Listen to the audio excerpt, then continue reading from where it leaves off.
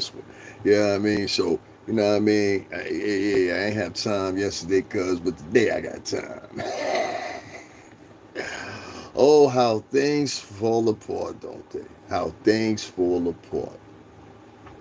You know, I put up a video before. You can still find that video up here on my channel. I'll probably play it within this broadcast. Um, of this particular woman that mentioned, whose name is Sara Stokes. And Sara at one time used to be part of making the band. And I never got the chance to meet Sara, but I'm gonna bring y'all back to it in a minute. Just give me a few seconds here. I'm gonna share this and I'm gonna be right back with y'all. All right, give me a few seconds. All right, guys, if y'all piling, just give me a second here. I'm just doing the regulars. Y'all know what that is. Ain't no surprise. Y'all been through this. Thank you for tuning in. Thank you for tuning in. Whoever that is that showed up. Just give me a second here. I'm just sharing and all that. Don't load. Y'all be surprised. There's so much stuff you gotta do. Just give me a second, you all. I'm just sharing this. You just now tuning in. Give me a second. Make sure I share all this. Yeah, nobody tuning in. Give me a second. Make sure I share all this. Yeah, nobody in here. You feel me? Give me a second. I'm just sharing this. This is why I hate doing this live thing, man. This thing takes forever to get situated. Where we at a minute? Just sharing this, guys. Give me a second.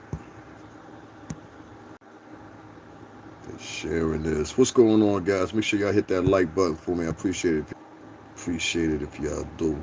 Hit that like button. Welcome, all that good stuff. Give me. All right, that should be enough right there for that. Let's go right here. Yeah, I don't know why that dropped like that. That wasn't what I wanted, but I don't know why that did it up like that. That's wild. Huh. Give me 1 second, guys. I'm gonna do something real quick. Oh, there we go. There we go. There we go. Yeah. Let's get Sara in. Let's get Sara up in here. You know what I'm saying? Let's get Sara up in here. This is Sara as she appears now. You know what I'm saying? She a little fat face now.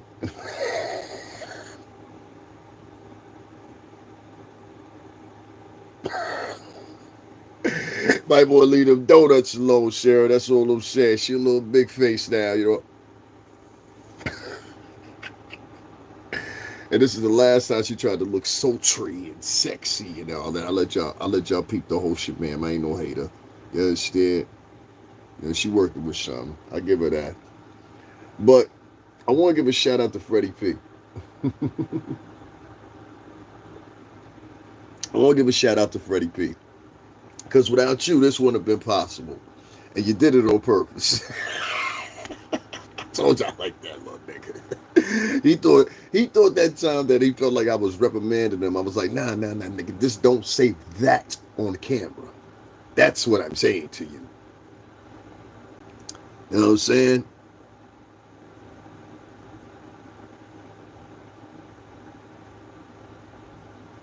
I don't know what you're talking about, but cool. Hey, what's going on, man? Did you know Canadian on a Lululemon name?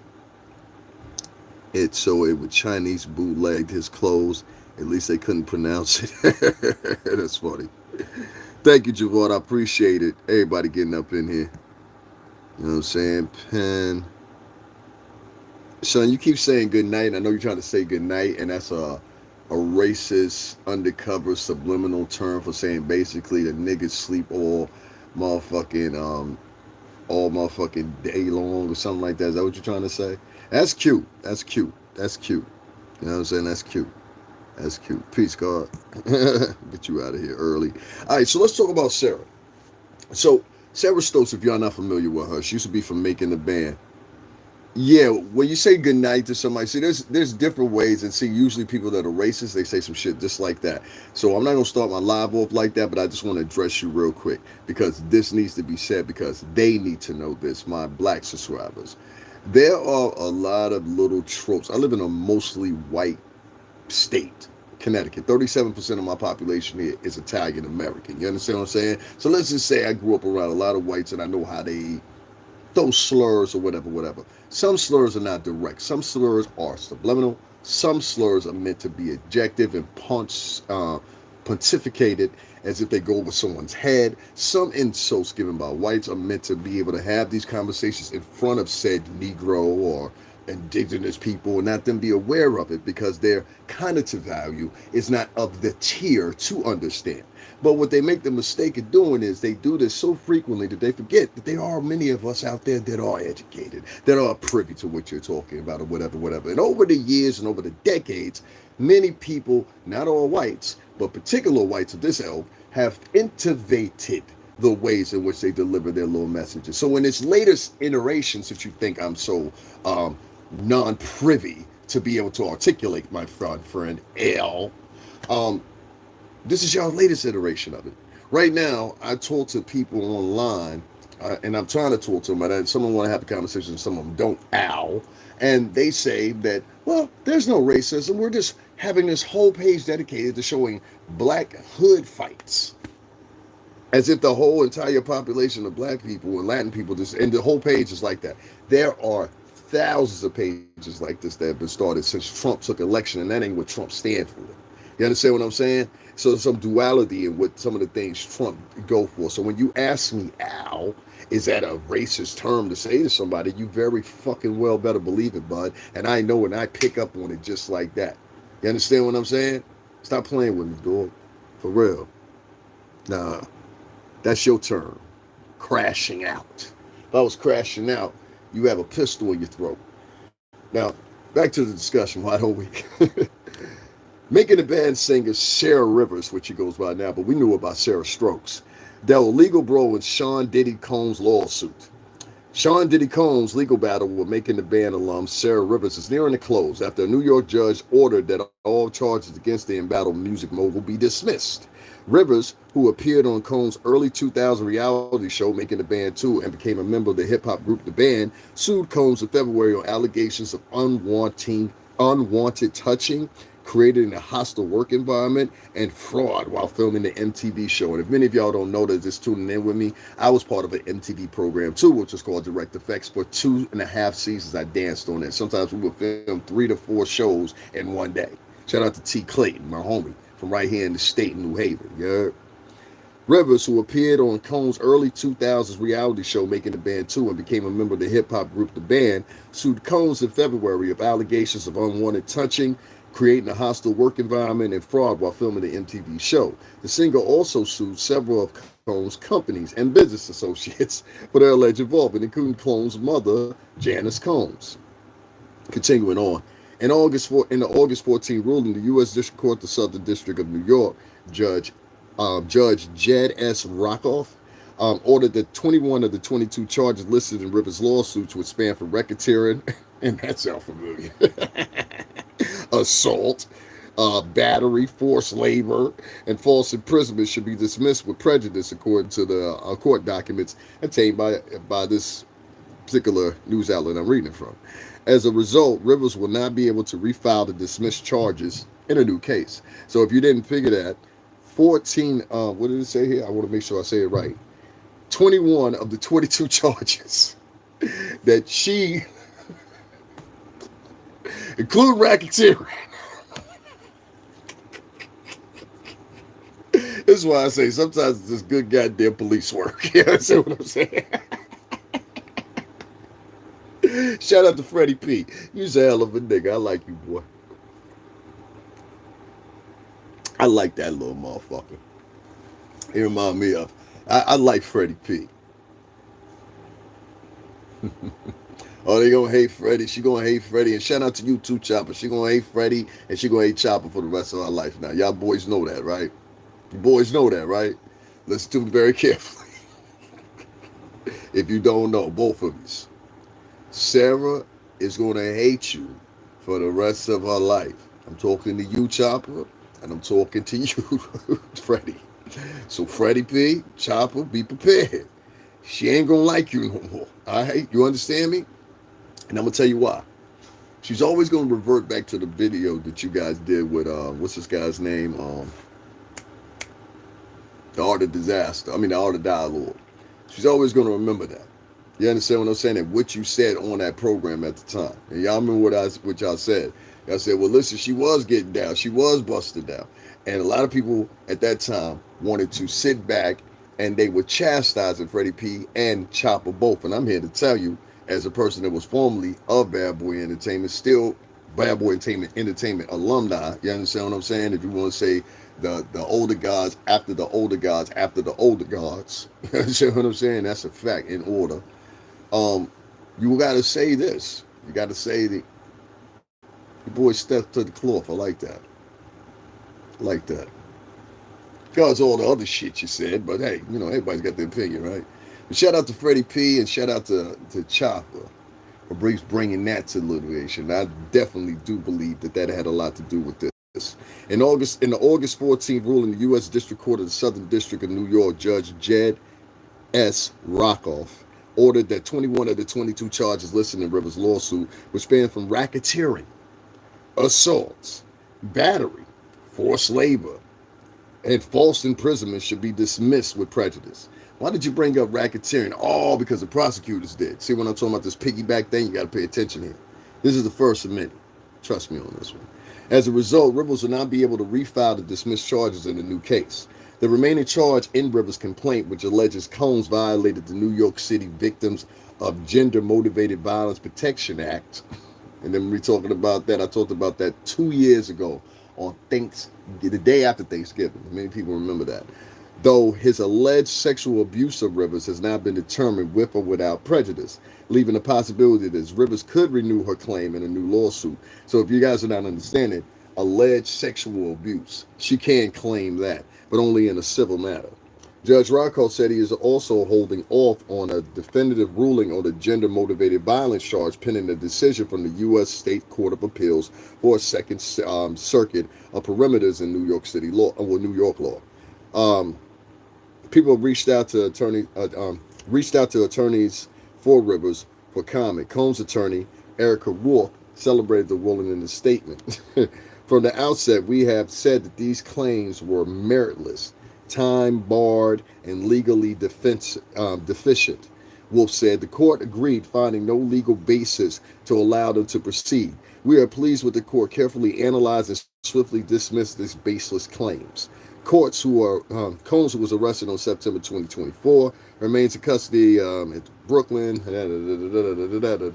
and even then, sex trafficking, racketeering, transportation to engage in prostitution, all similar crimes here. But basically, old Sara you see up there with her luscious self, that's how she used to look. You know what I'm saying? Now it's let me show you what she look like now. Hold on one second. Y'all ready? Y'all ready? This is what she look like more so now. She's still trying to look sexy. Y'all ready? Bam! It's a thin line between fries and shakes. Dum, dum, dum, dum. It's a thin line between fries and shakes. Dum, dum, dum, dum, dum, dum. Yeah. My name's Sara. Dum, dum, dum, dum, dum, dum. And I like apple pies and fries. Dum, dum, dum, dum, dum. Ooh. Give me a chocolate shake. Dum, dum, dum, dum, dum, dum. Forget it. Make it two. Dum, dum, dum, dum, dum, dum. You know what Sara about to do with that big auntie face? Well, I'll tell you one more time, and I'll tell you again, and it goes, it's a thin line between fries and shakes. It's a thin line between. Now, let's play it. Yo, she look like Beyonce's mother right there.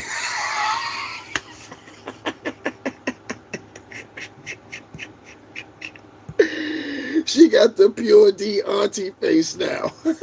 Ain't nobody trying to hit that shit. Yo. Oh, God. Not this motherfucker again. Y'all be killing me with that corny shit. Ain't nobody giving a fuck about that. Well, he wrote all kinds of... I've got this person that keeps writing all these, like, I don't know, this crazy comments, like bananas comments. Yeah, it's crazy, man. We got a lot of people out here that got mental illnesses going on. Sara looked like she delved into that a little bit or whatever. But out of 21 out of 22 accusations that she posted against Diddy, 21 of them have been removed by Judge Rakoff. And this is at the same Southern District that Puff was tried at. And I'm thinking to myself, I'm just saying, wow, this is crazy. This is crazy. This is crazy, man. This is crazy. Hey, y'all, man, let me tell you something real quick, right? Don't ever come into my chat room and I don't know you. I've never talked to you. I've never interacted with you. And you come in and make accusations on people. I know that's a new thing that people are doing. I'm going to talk about Dr. Umar because I saw some shit niggas was trying to do with him too, homie. You understand what I'm saying? Like, listen, let's just keep it a buck. I've lived better than you. I've worked harder than you. You understand what I'm saying? Pretty much most than all these motherfuckers. I live in a better area than most of these motherfuckers that listen to me and talk to me in that type of manner. Most of the time what you'll find is most of the people that talk in that manner don't have much going on in their life. That's why they're here listening to me and trolling at what?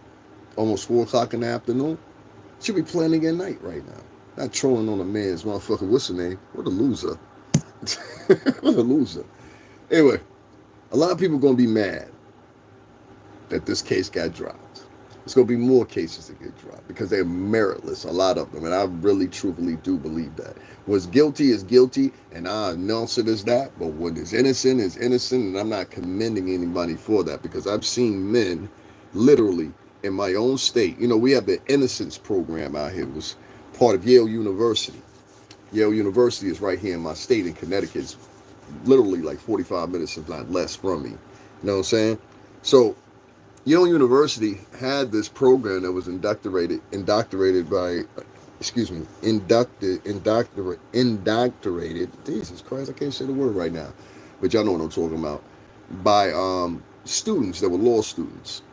And what they did was they started this project, which is now nationwide, and they get people that have been accused of crimes freed based off the facts that either limited technology, limited investigation, sometimes gender bias, both male and female, sometimes racial bias outside of Black Americans, outside of Latin Americans, outside of even cultural standards. There's a lot of injustices that have been done, and they've worked to free not just Black men, but white men, Amish men, all kinds of different men.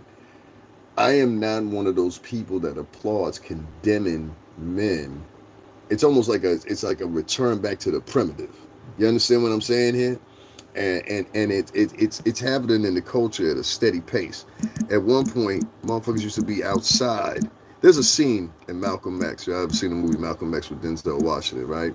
And there's a scene, and there's one of the brothers. He gets beat down very badly by the police, right? And what happens is all the Muslims, they go down to the police station and they stand down and they protest in front of the police station. And they say, if you don't, they go down there, Brother Barnes, that was his name. We want to see Brother Barnes. If we can't see Brother Barnes, the men are not going anywhere. What's going on? He said, the men are not going anywhere.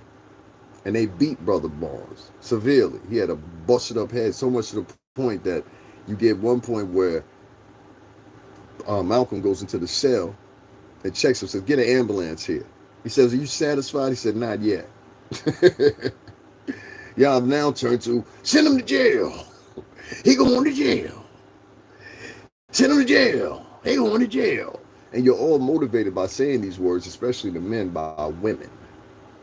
By women. Women that most of the time these men were raised by. Isn't that ironic? Solely by themselves. You and your mama. Just like mama. Two trifling ass bitches. Mm-hmm. Two trifling ass bitches. Him and his mama. They one and the same. And until y'all understand the psychology, you will not understand. Even a boy that grew up with a single mom and had an uncle or had a grandfather or had, great uncles or this positive man that made him live next door, they will have more of experiences closer to a man and will be able to identify with the bulk of men in multiple different cultures than that one boy that was solely raised by a woman. And that's all he bluntly spent his time was around, was women. They come out different. I don't care what nobody says. And you notice that as a man, as you get older and older and older and older. There are men on here that I've caught now several times. And there's one of them in particular. I ain't gonna speak this nigga's name because a lot of niggas be thinking niggas are scared of them. I don't know why niggas be thinking niggas are scared of them. If you wonder why I'm rubbing my hands like this, it's because I'm rubbing this in my hands. So I don't like my skin dry and shit like that. So anyway, long story short, we got a lot of different, I'm gonna call them internet thespians. These internet thespians that want to, you know what, matter of fact, before I start this conversation, give me 2 seconds. Let me just share this real quick. I wanted to make sure somebody was here if it was a possibility. Hey, what's going on, Ruby?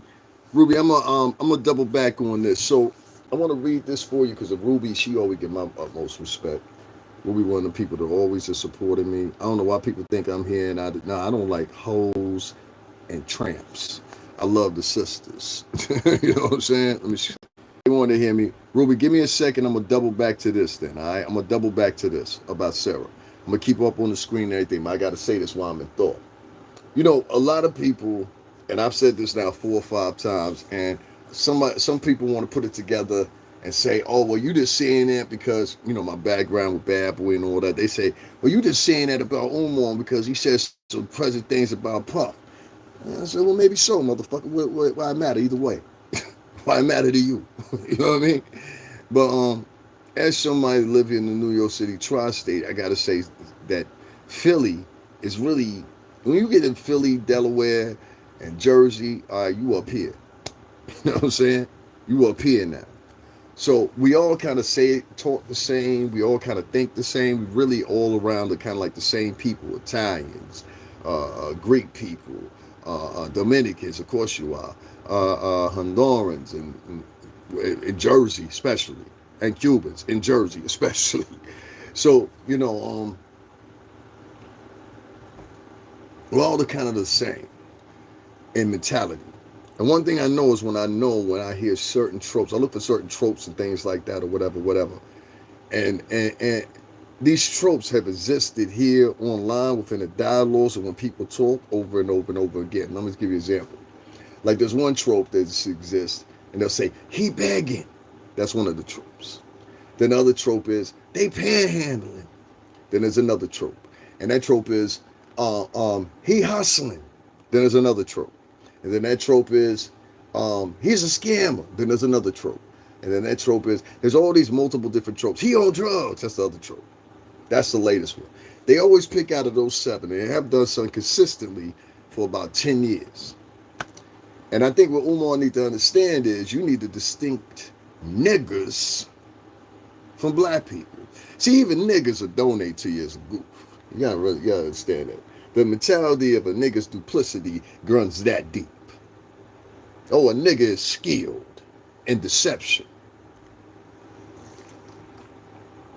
The cunning ways of a nigga, this at the very end, white nigga, black nigga, Spanish nigga, the cunning ways of a nigga at the end is to get a laugh, a giggle. That is always their modus operandi, don't you forget that. The main guy of a nigga is to see you deplete. If you remember that number 1 rule, and there's always the possibility of it, you never lose. Oh, you never lose. You never lose. If Alexander the Great would have thought of this, he would have avoided that incestuous in Cleopatra. She was an incester, don't you know? Anyway, never mind that. This is my point.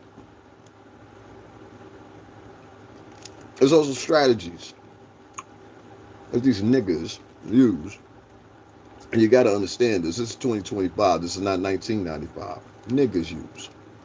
Not black people. Niggas. Not Spanish people. Niggas. Not white people. Indentured servitude niggas. What they do is they use a strategy which they got from white media, which is to flush you and now make fun of you. And they do this because the underlying factor is the investment that you dumb motherfuckers Then put tens of thousands of dollars in. If you would follow Umar Johnson since 2013, 14, 15, Hidden Colors, all that shit,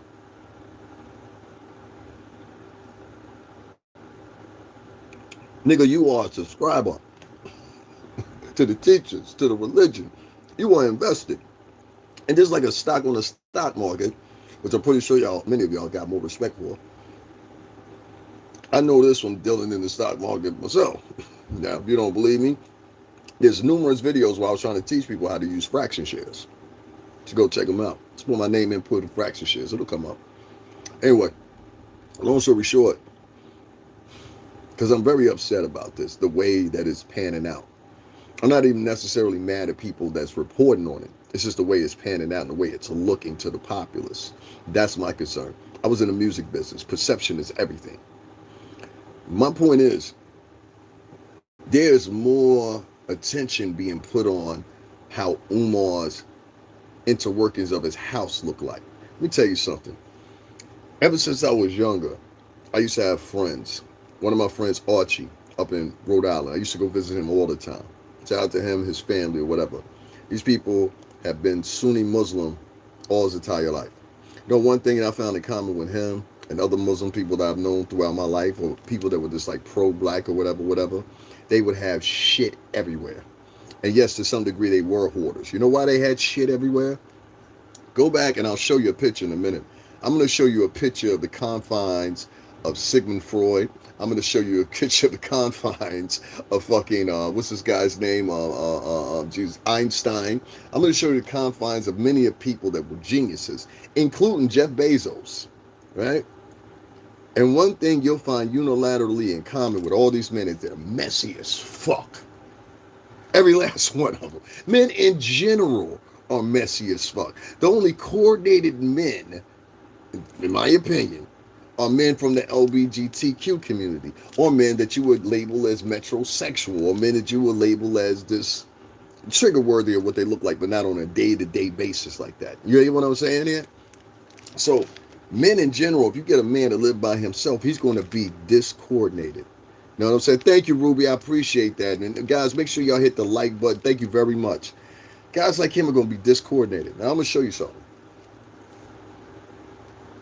And don't worry, we'll go back to the Sara stuff in a minute. Don't worry, I ain't forget y'all.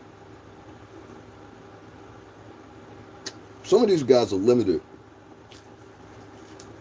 in their intelligence and experience. And it's okay. But what they do is, they only have surface level conversations that would regularly resonate around, I don't know, the projects.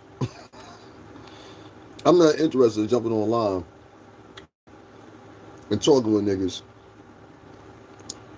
like we in the projects. We're not in the projects. We're not kids no more. This is Einstein. And this is what Einstein's surroundings look like at any given time. Hold on one second. Because this is the first thing I saw. And to back that up, let me turn this off so you guys can see very clearly. It's all about clarity. That is Einstein's background. I want you to read that sub that's underneath it.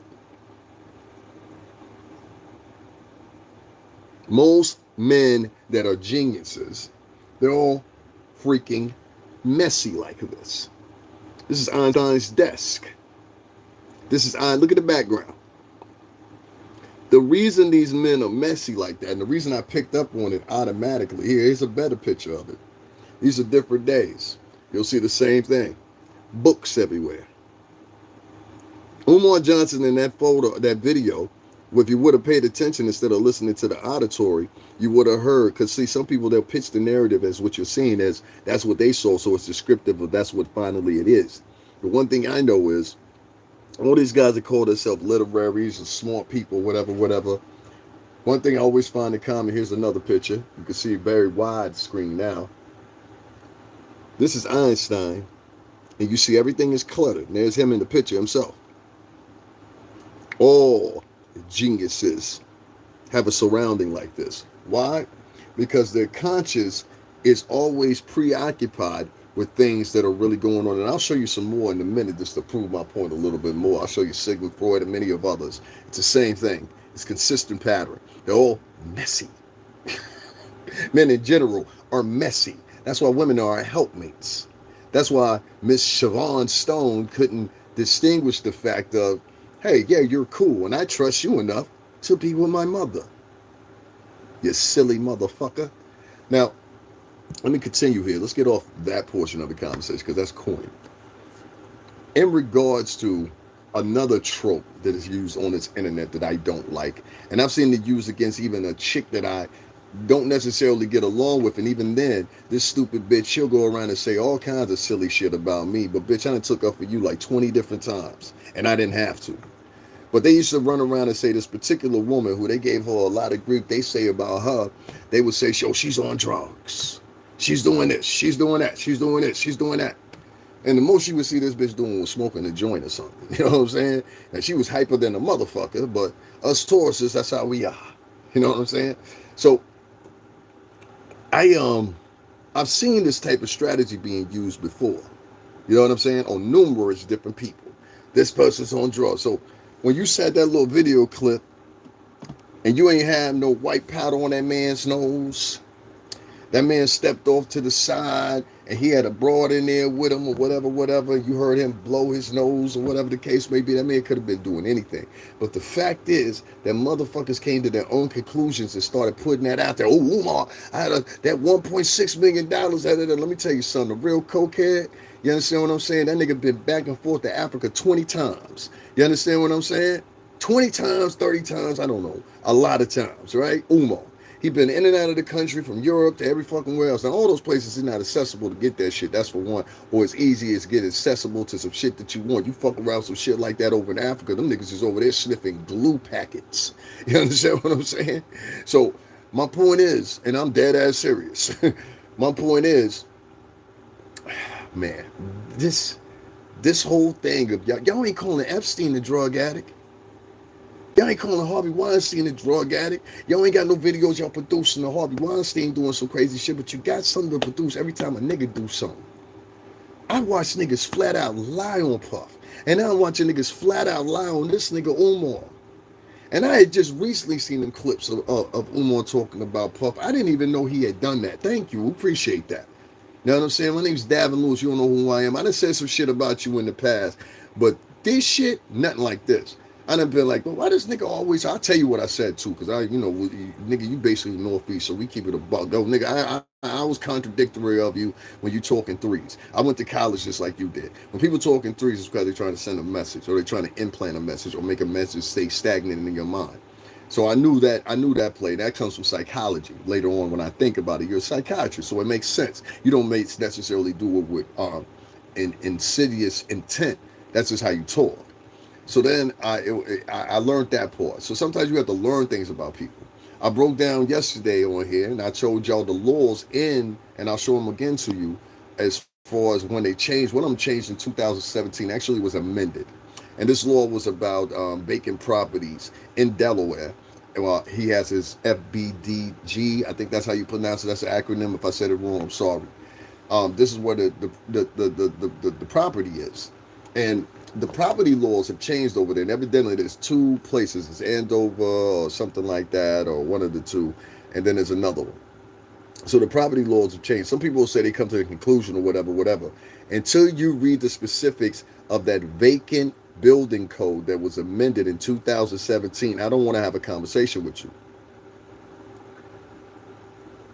My point is, even if Umar was sniffing something in that video, which I highly doubt he was, but even if he was, this nigga goes from country to country to country to country, and he actually purchased, if you want to call him a cokehead, this cokehead purchased the building in 2019.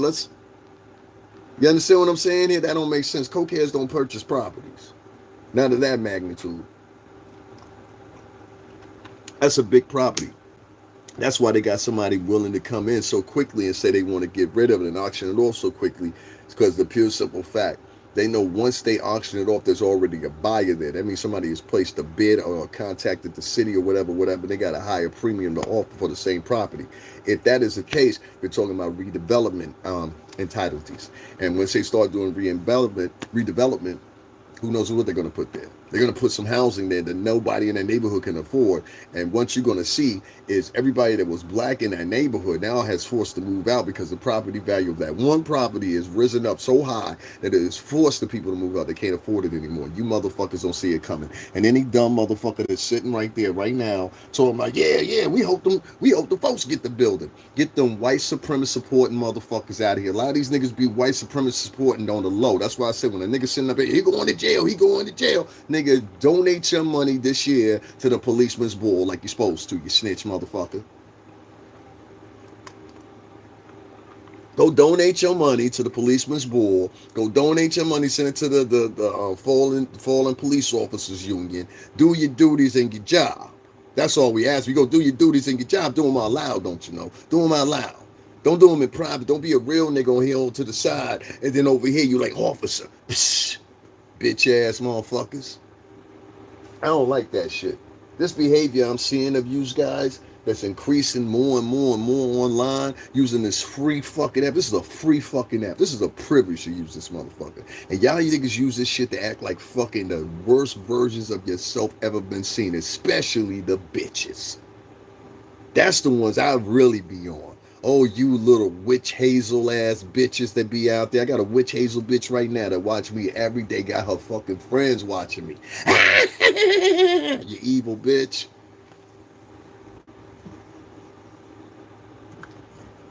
There's some nutty motherfuckers online. And to create a narrative and to get a couple followers, they will produce anything and say anything about anybody, but that person specifically gotta look like this.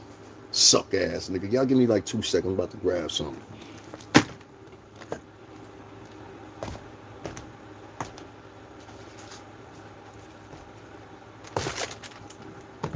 I'm sitting here the whole time staring at this pack of cookies. I'm like, yo, that shit look good in the motherfucker right now. Like real talk. You feel me? Like this shit ain't even been cracked yet. Anyway, long story short, right? Like I said, I always get the family pack because I be fucking these shits up. Like this is my favorite cookie since I was a kid. And my favorite candy is Kit Kat. And then after that, the Twix joints.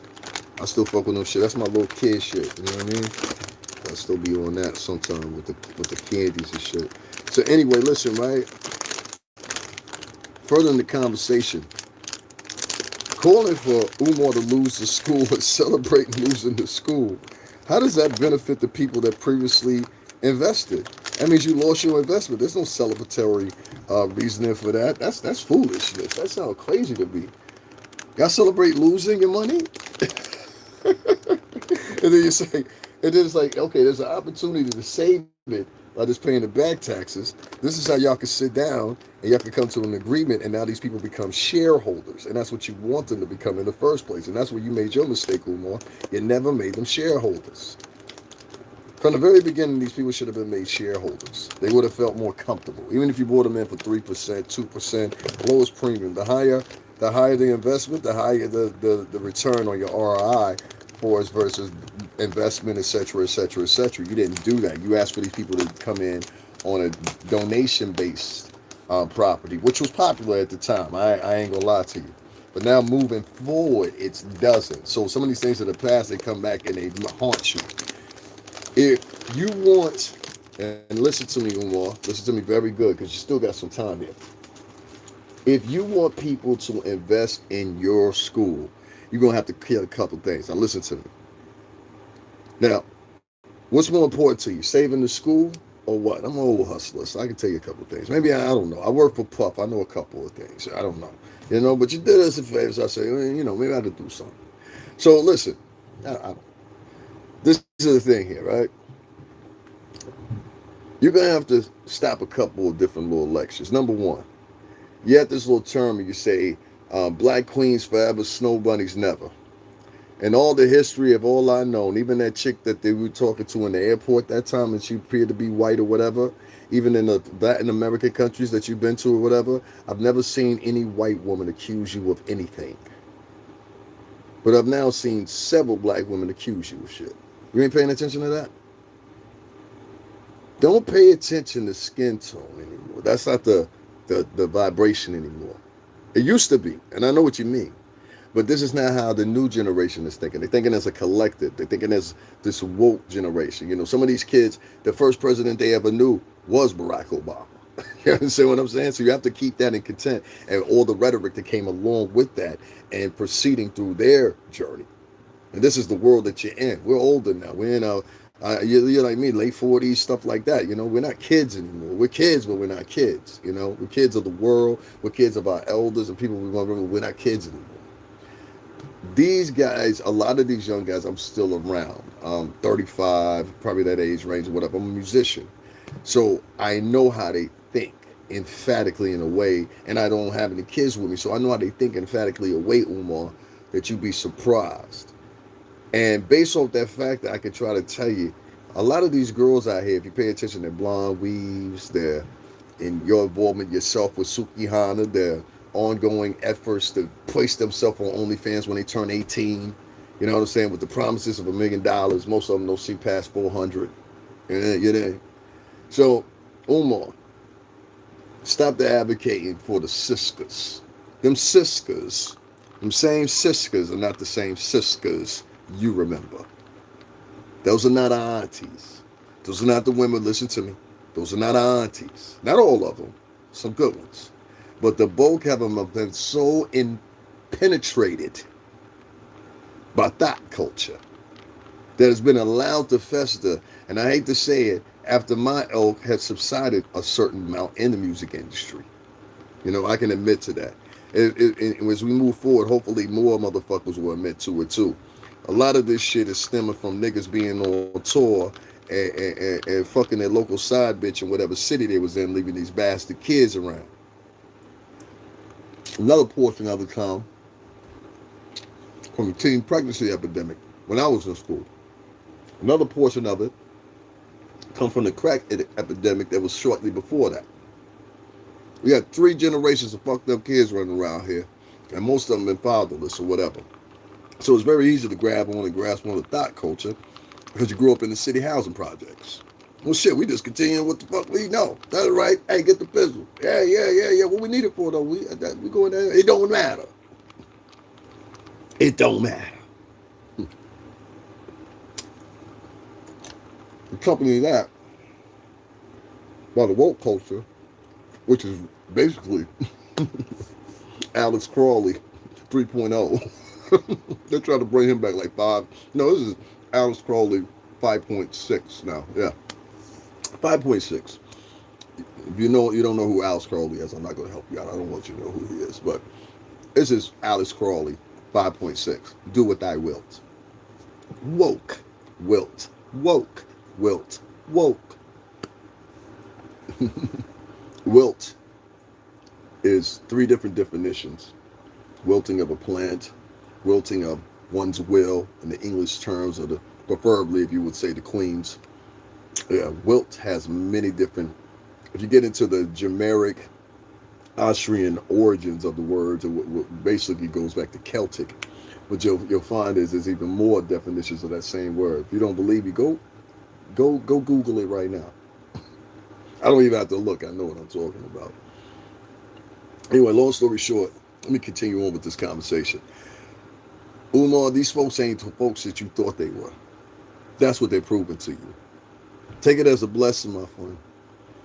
And do this. Don't be afraid to rebuild. And now you know how to rebuild. See, when you open up this school and you tell people, when you go to potential investors, new investors, you're going to find something different here, because I'm giving you a bone here. I want every rapper that's out there that's worth something, got a couple dollars in their pocket, I want them to invest in Umar. And I'm going to tell you why, where the people wouldn't. Well, the pure simple fact, anybody knows when they buy a building of that magnitude and size, and I specifically take an eye to a lot of people that are talking about Umar who own no properties, never had a mortgage, live on the 5th floor of the housing projects, and they're talking about property ownership as if they are investors and knowledgeable of these things or whatever the case may be. And I can tell by the conversation they're not. You've never been a homeowner. You've never even owned a condo. Shut the fuck up. So what you get is you get these men and women that jump online, and she'll say, well, I'm a financier. Okay, where? In Akron, Ohio.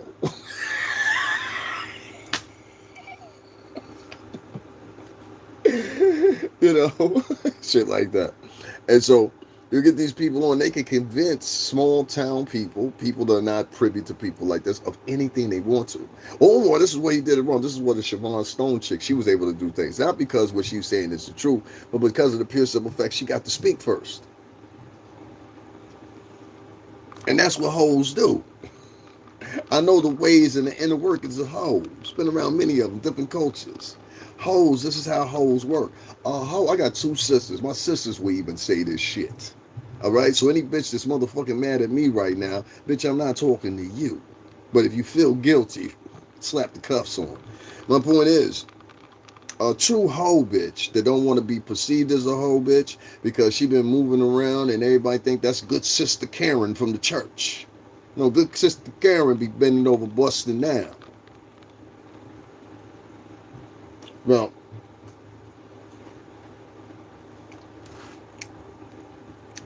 this big sister Karen in this case, bitch, ain't no way you wake up in the morning, except for living in Kentucky, and think you's a hot chick. Okay?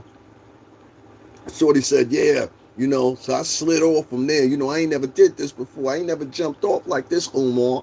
You know what I'm saying? Then a couple weeks later, you on the phone with a nigga from Miami talking about, oh shit, I ain't never moved like this, Joe. Let me drive on down there too. Bitch, we can tell you's a homie hopper. You was that little country girl that always was like, hey, everybody. You know what I'm saying? Hey, Akeem, how you doing? Okay, good. Nothing. You want some head? You was one of them bitches. You know what I'm saying? Oh man. Ladies,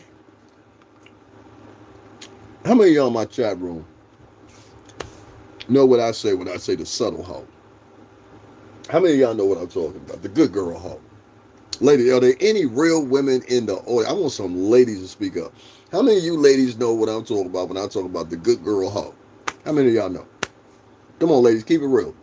Some of y'all got a bitch out of known like this for the past 10, 15 years. Same one. She go out with y'all. Oh my God, this is so awesome. God, I had a really great time. I'm getting my BA and all that. Oh my God, I had this dick slip in my mouth. Like, you know what I'm saying? That bitch. You know what I mean? Like, y'all all got a homegirl like that as soon as you give that bitch enough White Claw, as soon as you give that bitch that extra shot of that Henny, you understand what I'm saying? She turned from a fucking Karen and H-O to Karen the H-O-O-O-E.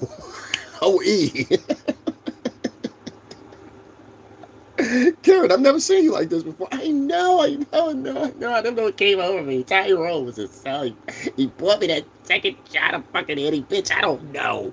I see it work Monday. Fuck. That bitch. I live in Connecticut, son. We got two types of girls out here. You're only gonna get two. You're gonna get ultra hood chicks, or you're gonna get ultra intelligent chicks like Candace Owens. Candace Owens is from this area. I'm not vouching for Candace Owens or whatever, but I'm talking about her personality is condensing of this area and the women that are like that are black. I know the difference when I hear it and see it. So I've met many good girl Karens / Kanishas that busting down. You give them a couple too. You know what I'm saying? That's just how they do. Now, with that being said, ain't no way for me to believe that Siobhan Stone, with her big, bad, built, big back ass, you understand what I'm saying, bitch? All this front, I done seen you on camera like about 5 or 6 times with your big bird looking ass sitting up there waddling.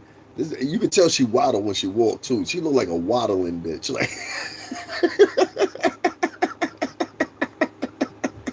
bitch waddle like a penguin. I don't like this hoe. Because I don't like what she represents, so fuck, I ain't got to respect her. Bitch, you got a problem, come say something. Anyway, listen.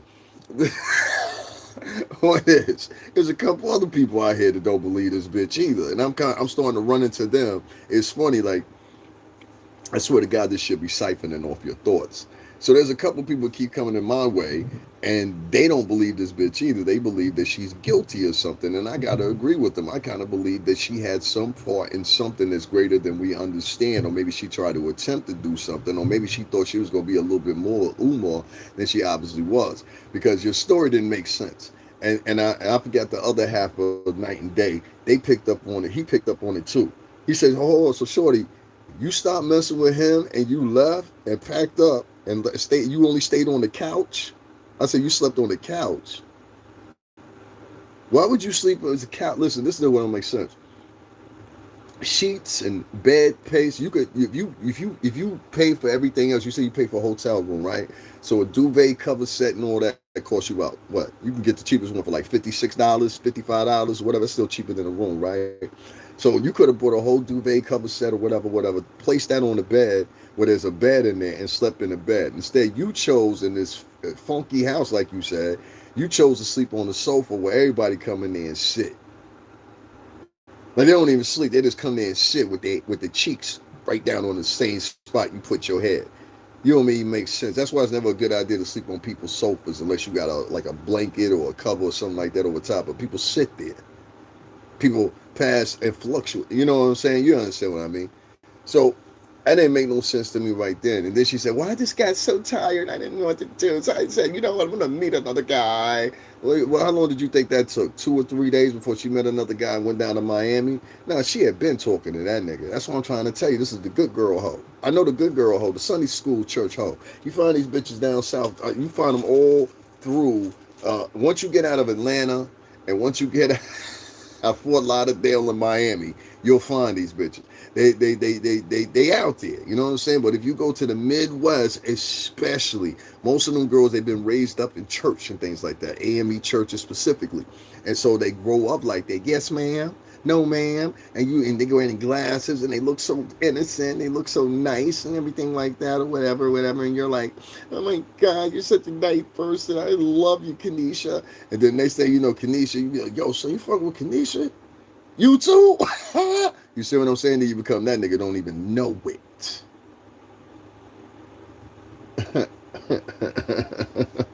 Don't even know it.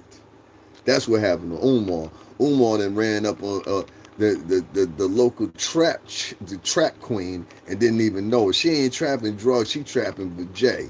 You understand what I'm saying? And she's safe about what she's doing. And that's one thing I know about the good girl hoes. You won't find them with side babies too many times.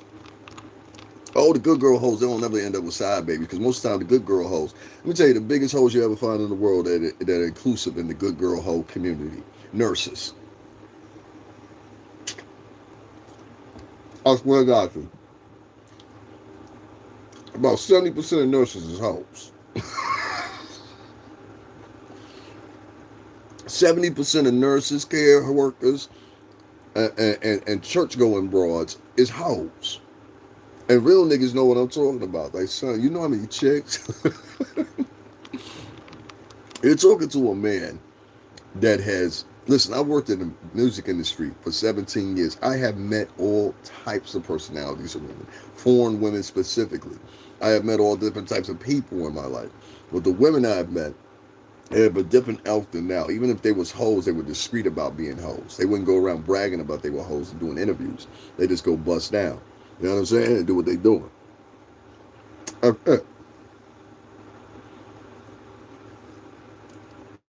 Welcome to what's her name? Superhead.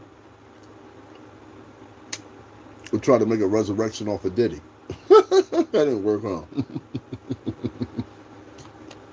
She tried to make a resurrection off a pup. I said, "Bitch, you famous for sucking dick. Who made this normal? We're making bitches millionaires because they suck dick good." I'm sorry if I sound a little vulgar. I mean, that's what it boiled down to, right? What's she famous for? She got a fat ass. This is the rewards that they give the women in the culture nowadays. That's a reward. You shook ass the most, you get a reward. You curse the most, you get a reward. Look what they're rewarding the other half of women that are uneducated as a reward. They even find them a way out. But a nigga gets no resolve. A white man can go shoot up a school, or a white man like Luigi Mangione can go and shoot a CEO in front of everybody in front of cameras. And he will still have motherfuckers out there protesting that he should be let free. This is the resolve you have. And this is what I'm telling niggas. And I'll figure again. Quit trying to be the moral compass and everything. You know what I'm saying? Especially if you got guilt behind you. See, I got guilt behind me. I used to be a real criminal. And a good one. Man, listen, you don't even know the things. Yeah, you don't even know. But listen, that's a real way. That's in a real way. Like, a lot of niggas tell that story, but that's in a real fucking way. I done had people come in my chat room and validate that before, so I ain't gotta, whatever you think, man. Think what you want. Anyway, long story short, listen, man. I know a chick that's corrupt when I see one. And there's something that I write about that Siobhan Stone chick or whatever her name is. And I wish so many people would stop giving her interest. You said, bitch, on one of your interviews, you said, yo, I ain't really want to come to the motherfucking internet. The bitch, why you continuing to be here then? No more if you hear me talking, man, this is where I talk shit. Nigga, you from the towns, you know what I'm talking about. You know how I talk. Shit. Fuck that bitch. To be honest with you, like, you know what I mean? Like, you know what I'm saying? If it was somewhere else, niggas would have washed that bitch fast. You know what I mean? Niggas would have washed that bitch. I'm talking only why not to talk. Ain't your motherfucking up, nigga. There's some other nigga in here talking about making clap. See these sissy ass boys that these women is raising? Some nigga named Prince, and this nigga got his shirt off. Nigga, we about to embarrass your ass. For real, everybody gonna know about you, what type of nigga you are. So if you in anybody's chat room, they gonna know who you are. That's what we gonna start doing right now. And I'm gonna put a nice quote. I'm gonna make you famous, nigga. I had to figure out how to do that. All right, peace, God. That's what's up. Nigga ain't here talking about making clap, all this shit. Nigga ain't nobody said shit about no motherfucker what's the name. See what I mean? Now I'm seeing now y'all seeing what I'm talking about.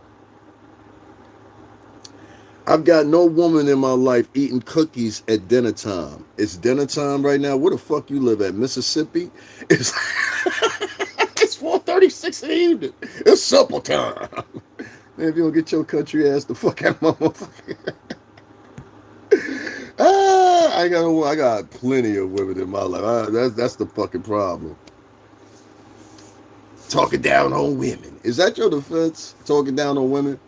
So what you basically saying is, like, this is what she wrote. I'm gonna let you, bitch is called Crazy Eights, so we shouldn't even really take you serious. But I'm gonna read your comment anyway, right? I'll refresh the comments. You got no woman in your life eating cookies at dinner time. It's 4:36 in the afternoon. Where the fuck does this dumb bitch live at? But talking down on women. You eating cookies with a clown emoji. Ooh, you made an impactful fucking comment there, man. Impactful shit. Oh fuck! I'm just gonna quit YouTube now because you just hurt my feelings so bad. Oh my god! Oh my god! Oh my god! Shut up, bitch. Talking down on women. I'm talking down on hoes. You a hoe. That's why you got offended. See, the women don't get offended. You understand what I'm saying? See, I love my ladies. You understand what I'm saying? And I can guarantee you, you's an ugly fat bitch. You probably like 5'4", weigh about 230, 250, somewhere around there. That's why you ain't got no profile picture. Your neck won't fit in the picture. Get your fat ass the fuck up off my shit, bitch. You understand what I'm saying? Them other niggas play it. I don't play it, huh? You thought you come over here pull one, huh? I don't play it, bitch. I don't play it. You understand? Play that with the sucker niggas. Hey, robbed in the gas stations lately. That's mighty that's mighty poor white trash of you. That's what's up. What else?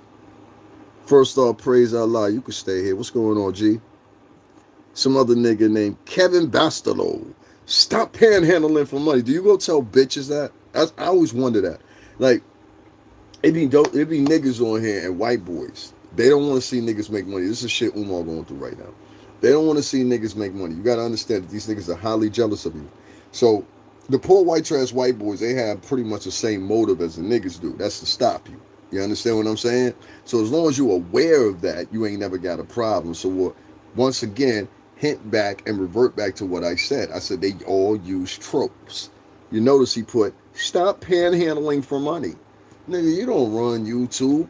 And I guarantee you, if you a subscriber on here, because I guarantee you ain't no vlogger. Oh yeah, this nigga been here for 5 years and got 4 subscribers. This nigga's a spectator. I love a spectator niggas. You know, spectator niggas get shot. You know that, right? You gotta be careful. You be a spectator, nigga, be like, yo, what's going on over there? Pow! You know what I'm saying? Like, be careful out here. Just be careful. Be careful. Anyway, long story short, right? Spectator niggas, they always the ones that talk the most. Because they'll go to their favorite podcaster, eat up everything they got to say, donate money to them too. But everybody else is reverted to is panhandling. No. Bitch, let me refer something for you. First of all, I don't do podcasts like this. Usually beforehand, anybody that's been long standing at my channel, like Ruby Johnson in here, they all gonna tell you the same thing. And it only took you clicking and going to my lives to figure this out. I was all around everywhere. All this shit these niggas talking about outside, I've been outside since day one, son. Day one. The day one of this channel started, I was outside. So my whole shit has always been outside. So I done shown up everywhere. I done pulled up here, there, Trump Tower, the Diddy trial, Jonathan Major's trial, Trump trial. I've been everywhere with it. You understand what I'm saying? And niggas wouldn't fuck with me monetarily, and I was spending my own money. My own money. Bringing y'all the show. Now, 10 months ago, since you want to know what my gripe is, 10 months ago, I'm down at the motherfucking Diddy trial. I'm down there for all the bail hearings. I'm down there for every last one of them, all 5 of them. Thank you, Umar, for clearing that up. It was 5 of them. So, on top of that, I was there for jury selection. Those whole times I was there, I would tell nigga, and then mind you, someone was in the cold because he got arrested in like September or something like that. So all those further months after that, it was in the cold, dead of winter here in the Northeast. I'm out in the cold, hand freezing. I'm holding the little tripod joint. I'm just recording this shit like this. And I'm like, yo, y'all niggas give me a coffee, man. Niggas wouldn't even give me a coffee. At the time, I had like 37,000 people in there. That's how much hate they had towards men of color. And this vibration has been created by black women. Specifically, I ain't got to worry about no white dude. I walk past white dudes all the time. 9 out of 10 white dudes gonna say hello to me, what's up to me. Y'all sitting on camera.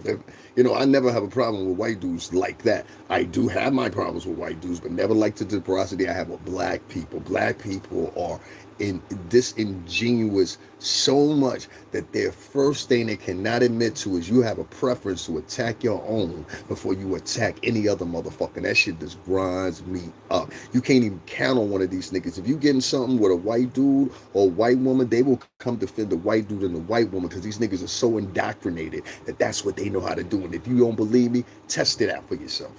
Get in an argument. Get you a white person. Let me tell you how you do it. Get you a white person that you know and stage an argument in public, right? And act like you're the aggressor and you want to do something to the white dude because the white person said something wrong to you, whatever. See if they'll help you or they come defend the white person. How they saying 12 years a slave? The rest of these are born and bred slaves. Niggas ain't got no stomach for a fight. Not a one. Niggas ain't got no stomach for a fight. See what I'm saying? That's why they write shit in here in your chat room. My butt stinks. The nigga wrote in my chat room his butt stinks. This is crazy. These are the feminine ass men you talking about. These are females. You understand what I'm saying? What's going on, Ryan? You gotta understand what you're dealing with. You gotta understand who you got on your side. As you seeing right now, Umar, these niggas can't raise $20,000 for you to say. Put this in perspective. These niggas have previously invested in the school. All you niggas that previously invested in the school, you won't currently invest 20 grand to save a property, which if that property is taken over, can be redeveloped into anything whatsoever. And the first thing they're gonna do, they're gonna knock down that school. They're gonna knock down all they want the land. That's what they want. They don't want the fucking building. They want the land in which the building sits on. So it's going to be a dull buyout. Trust me on that. They're going to smash them buildings down and build whatever they build. Y'all rather have that happen and whatever they put in there instead of having your own sovereignty and saving this community and keeping it under your control. And this is why you can never have the doppelganger of what the Jews have down in Brooklyn with their own neighborhoods, with their own schools, their own hospitals, their own buses, their own medical hospice. You'll never have that collectively. So when you talk about this black community shit, what is it? A whole bunch of niggas online talking about, hey, man, We FBA. You know what I'm saying? Is that what it is? Because that's about all y'all got. Like I listened to Rick Nasheed explain that shit. I said, well, nigga, tell me about some infrastructure that you developed. Well, I put out this documentary. I put out Hidden Colors. You part of the same elk that you were chastising this nigga for, that Pan-African shit. Well, back in Africa, you got to understand, we was, and we all the kings, and all that. You part of the same elk, nigga. You trying to clean that shit up now, nigga. That FBA shit that you got right now, it all came from the motherfucking roots of that shit that nigga put out. Who the fuck you think you talking to? You was another nigga. I done seen you, nigga. This nigga Tyreek Nasheed, you was with Tommy Sotomayor and all them niggas, nigga. Yo, arguing over who renting the best mansion at the time and shit. You know what I'm saying? And I don't know if Tommy still do the same thing with renting the mansions or whatever, but Tariq Nasheed and this nigga Tommy Sotomayor, they used to rent mansions and shit like that. You could do that shit out in Cali. So they used to rent mansions or whatever, and they would broadcast from these mansions, these huge pools and whatever. This is what they were doing. And at one point, they were beefing over who had the biggest rented mansion. Like, this is how these niggas was getting down. I honestly and truthfully think that shit is a psych op. I really do. I think the whole attack on Umar is a psych op. I think what it really is a bigger plan. Because as I'm saying that about Tyreek, I don't want to become the same nigga that I'm speaking against. As I'm speaking about Tyreek don't realize that, nigga, if they coming after Umar, how long you think it's gonna be before they come after you? Stupid. You keep saying Umar on some bullshit. What is he on bullshit? Tell me your thinking, Cap. I'm willing to listen. Tell me what you obsessed. And while you doing that, type it out. I'm gonna share this real quick. You said where to school. The dude has multiple videos. When y'all saying where to school, y'all mean really, and this is how you have to say it. Why isn't the school open? Try saying that. Why isn't the school open? Because the dude did walkthroughs through the school. He done showed you room to room in the school. I done seen him do all that shit. No, what y'all really got to start understanding is, and what you don't understand is, a lot of y'all don't understand economics or financial institutes. Listen, anytime you buy a property, and this is a problem with a lot of people, especially a lot of older black people that buy homes. This is the number one problem. If you got a grandmother, a great aunt, or something like that, ask them. I just recently spoke to my aunt. Okay, this is my mom's sister. And she surprised me because for the past year, she said my mom and her sisters and all them, these are high-tiered elk women. If you talk to my mother and you heard me, you'd be like, oh, okay, I get it. You know what I'm saying? So they hold themselves on an elk. Like when I was talking to my aunt today, first thing that was coming out of her mouth was what she told after. I'll tell you after. It makes it more interesting. But my aunt, she said that her house burnt down.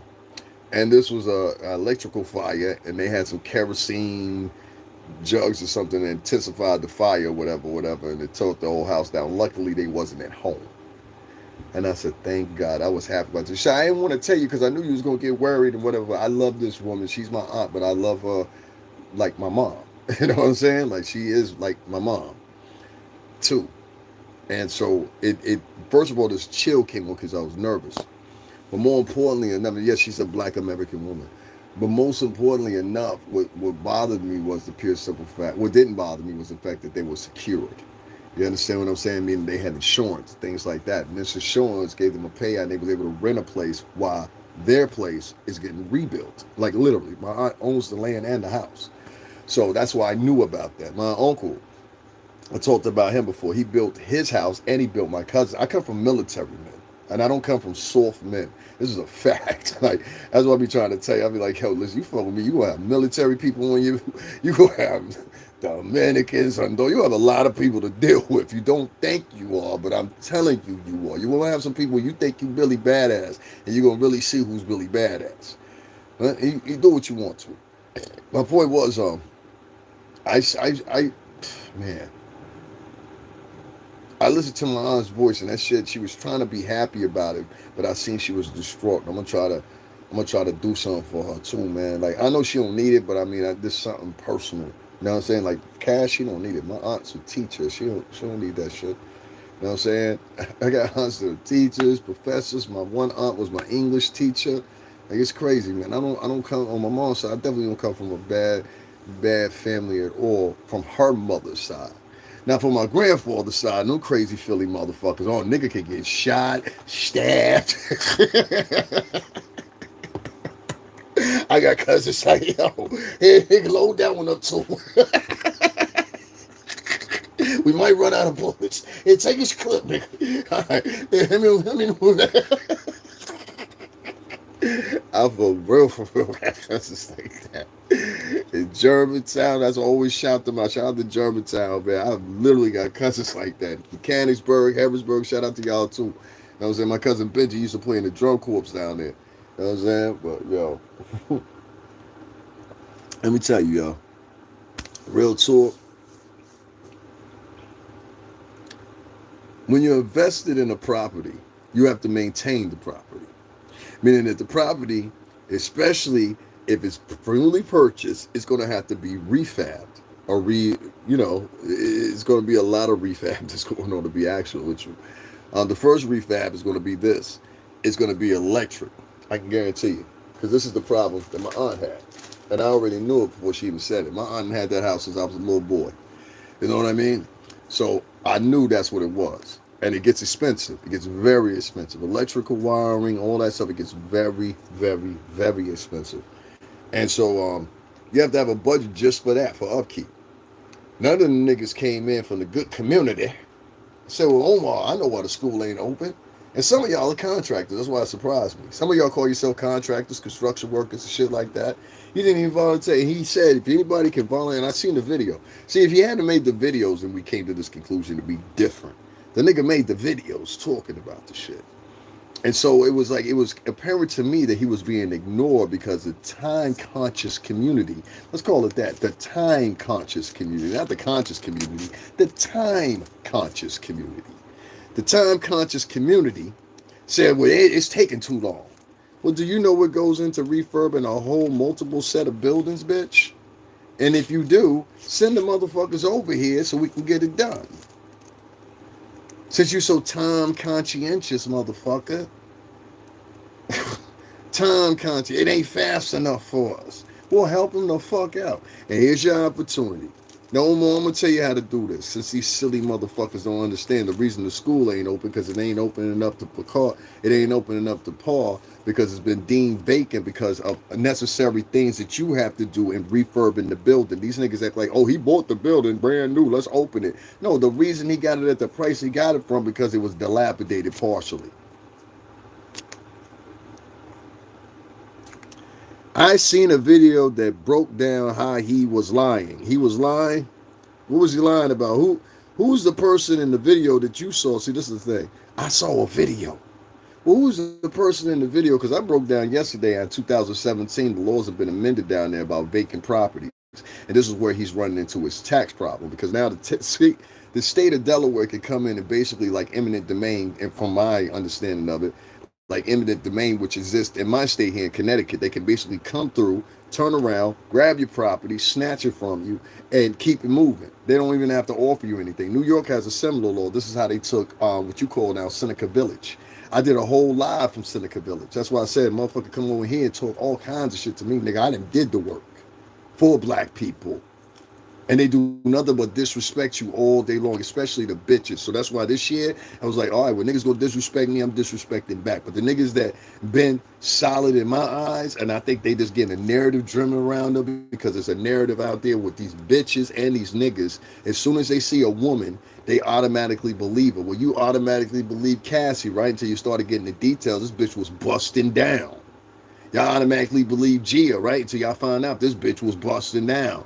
Y'all automatically believe Don Richard, right? Until you find out Q from motherfucker, what's the name, turn around and say, yo, this bitch assaulted me and she got fed me drugs. We did drugs all the time and got freaky. Not Don Richard, yes, Don Richard. So see what I mean? It'd be a lot of freaking and fraudulent shit going on out here. Niggas be acting like they pure-hearted and shit. They trying to act like Aarons. You know, like Aaron Nation. They trying to act like Aarons. You know what I mean? I can't say this shit right. Aarons. You know what I mean? Like Aryan Nation motherfuckers, they try to act like that. That's who these niggas are, these separatist niggas. And these separatist niggas, that's all they preach is separatism. But they don't see separatism between the races. They speak separatism between each other. You don't believe me? We got a difference out here in Connecticut, right? There's people that move out of the hood because they feel like they deserve better, right? And then there's people that move out of the hood because they believe they are better. You figure that out. We got people that move out the hood because they believe they deserve better. Then we got people that move out the hood because they think they are better. Very distinct difference. And we understand as soon as they come out here to Connecticut, fucking Jersey people, New York people, we pick up on them real quick. Oh, you think you're better than everybody. That's why you moved out here. You didn't move out here because you wanted better. You think you were better. That's why you moved out here. We got you. And we got some people out here with some money that'll prove you something different. That's one thing about my area. You come out here acting like you got some money, you gonna find out very quickly you's a poor motherfucker. You gonna find. Listen, put it this way. Yesterday I went to the corner store. It was probably 7 o'clock in the morning. 7 o'clock in 7 o'clock in the morning. And what's there? A Bentley coupe. That's a regular thing around here. Bentleys, Lambos, shit like that. We see them all the time, every day, on a regular basis. I'm talking about day to day. You know what I'm saying? So back to what's this guy's name? Kappa Gamma TV.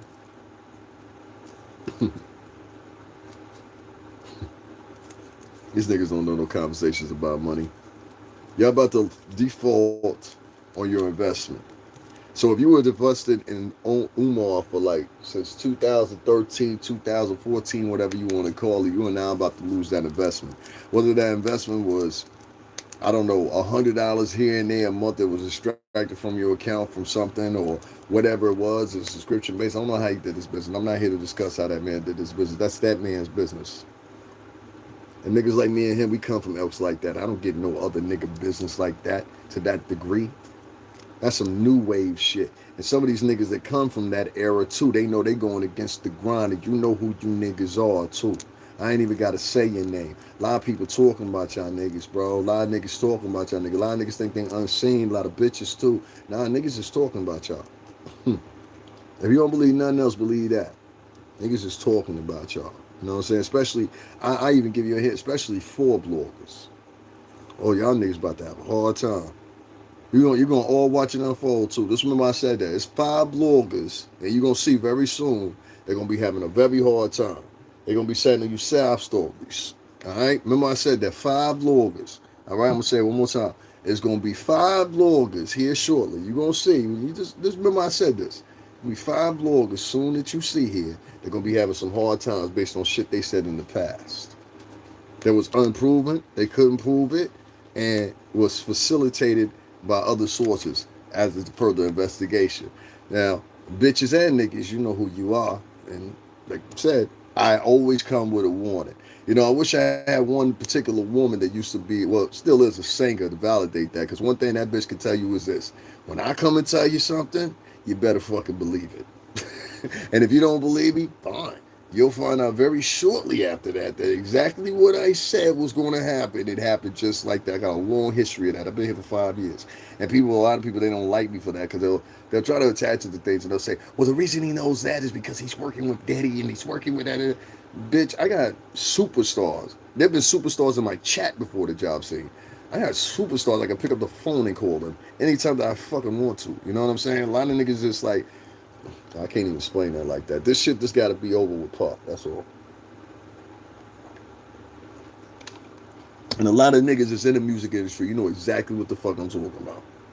There's niggas right now could drop me $5,000. Be like, yo, all right, boy, go do what you're doing. We seen what you're doing. You know what I'm saying? Even though there ain't no cash, you could drop that. So when niggas be like, yo, this nigga, da-da-da. Nah, niggas just trying to live. I spent a lot of money. You know what I'm saying? I spent money out of my savings. I'm not supposed to ask for that back, but all the other vloggers that came from out of town that have been doing the work less time than me, I'm talking about specifically with the Diddy trial, they deserve more. That doesn't make sense to me. You know what I mean? So that goes to show you there's a lot of male hate, black male hate specifically here on this app. And it's being utilized, in my opinion, as a mechanism for that hate, furthering. This shit I'm seeing going on with Umar, I don't like that shit. I don't like that shit at all. Niggas should be coming up with solutions. Y'all showing to the public that y'all dysfunctional still. After years of slavery and every fucking thing else, you still showing, yo, we'll go at each other's throat for some rags and tatters. The rags and tatters are equated to likes and views, motherfucker. Rags and tatters. It ain't the guns and butter. The guns and butter are the motherfucking money that should be coming with this shit. Bitch, I did a 477,000 views and I showed it to y'all niggas. You know what I'm saying? And I've done more since then. That was just the interim thing, right? $56. $56. The way these streaming companies doing it, whether they music or whether they fucking video, they're fucking over there literally giving YouTube and Facebook used to give high amounts of ROI on videos and shit like that. Now they're skimming it down more and more and more and more. And this is the same thing that happened with the streaming services with music. They had a high point at one point, and then they started going down, down, down, down, down, down, down, down, down. And it was because of slots and their lack of amount of advertisers that want to deal with them. Now, I'll say this to you. If you're smart, you help goddamn Umar. Give me a second. Let me share this real quick. Let me say this. I want to say it because these people don't understand economics. They're about to do this up a big injustice, and you've let this happen before by letting buildings go. I've seen this happen with my own two eyes, and then they redevelop it and they put a fucking McDonald's there, or then they redevelop the area. They put, whatever type of housing or whatever. It's ridiculous to do this stuff and allow people to do this shit. Over. Okay, I'm back, y'all. Sorry about that. Somebody was trying to flag me because I said, what's the name? Jimmy's Crackhead Dungeon. Man, this is some fucking crazy shit, dog. They run around calling Umar drug addict, everybody a drug addict. Gingivitis, man. If you live in an apartment, stop talking down like you want to level, da da da da da da da da. Dog, listen. If you still here, you goofy motherfucker. Give me a second here. My friend, I always know when a nigga comes into my chat room. You know why I always know when a nigga comes into my chat room? Because niggas say shit like you. You got gingivitis. First of all, I don't have no fucking gingivitis. That's for one. You understand what I'm saying? Number two, there's literally a video here on my channel, and I went live that day of me at the dentist, and I'm at a state-of-the-art facility, literally, that probably you can't go. It's not about sitting there acting like I'm on another level, because, I mean, if you want to, I don't even know what that means. Like, that's nigga talk for me. But on another level would be like this. I've worked in the music industry for 17 years. I have experiences that you will never have. You understand what I'm saying? I've met people. I have friends that you'll never have. I've lived in places that you never will. I've lived away that you never will. I've ate food that you never will. I've been places you never probably will. Not at the same accord that we did anyway. You'll be there on the basic package. See, Puff and them was paying for the shit for us. So I guess in that resolve, I am better than you. You understand what I'm saying? And the fact that you say something like, you act like you on another level, that's usually from hating ass niggas that are jealous of you. And so since they jealous of you, they can't compete with you. So they say, well, what? He think he better than us. Get your ass out of here. Talking about some big bank. I told you, any niggas that got nicknames like Big Bank, Q Money something in 2025, back in the day, that shit really meant that. But if they got them names in 2025, mean that nigga broke. That's why they get their name. They name itself names like that. Big Money CCKP, shit like that. Niggas suck a dick. You jealous of another man. Only a jealous man will write a comment like that. Ain't no real nigga gonna take their time out of their day to write some shit like that, you sissy motherfucker. Hey, you live in an apartment. Yeah, I live in an apartment in a state you don't, bitch. In an area you don't, bitch. How about that one? Oh, ass jealous nigga. Talking about big bank. Get your big ass up and get the fuck on then. Anyway, like I said, why I conclude here because I can't do this too long. Guys, make sure y'all hit up this. This is the first time I mentioned my Cash App at the hour and a half mark because I was so busy talking. Make sure y'all hit up the Cash App, $STRINGERBELL80. Ruby Johnson, thank you for that Cash App. I appreciate that. That was the first one I've gotten in like 2 weeks. That's just crazy. I got 30,000 subscribers, and all of them, most of them, hate watching me. You know what I'm saying? Or they broke, or they ain't got nothing, but they in here talking the most shit. It's a crazy world we live in here on YouTube. But just like Umar, they try to sully my name, and that's what I say. And it's based on people. You know, only thing you gotta do is make a bitch upset here on YouTube or one of these apps, and next thing you know, the bitch is running around telling lies about you. This is the same thing you saw with Sarah Stokes from making the band. You know what I'm saying? 21 of the 22 charges that she put against him in the civil lawsuit were dumped against Puff. You don't find that ironic?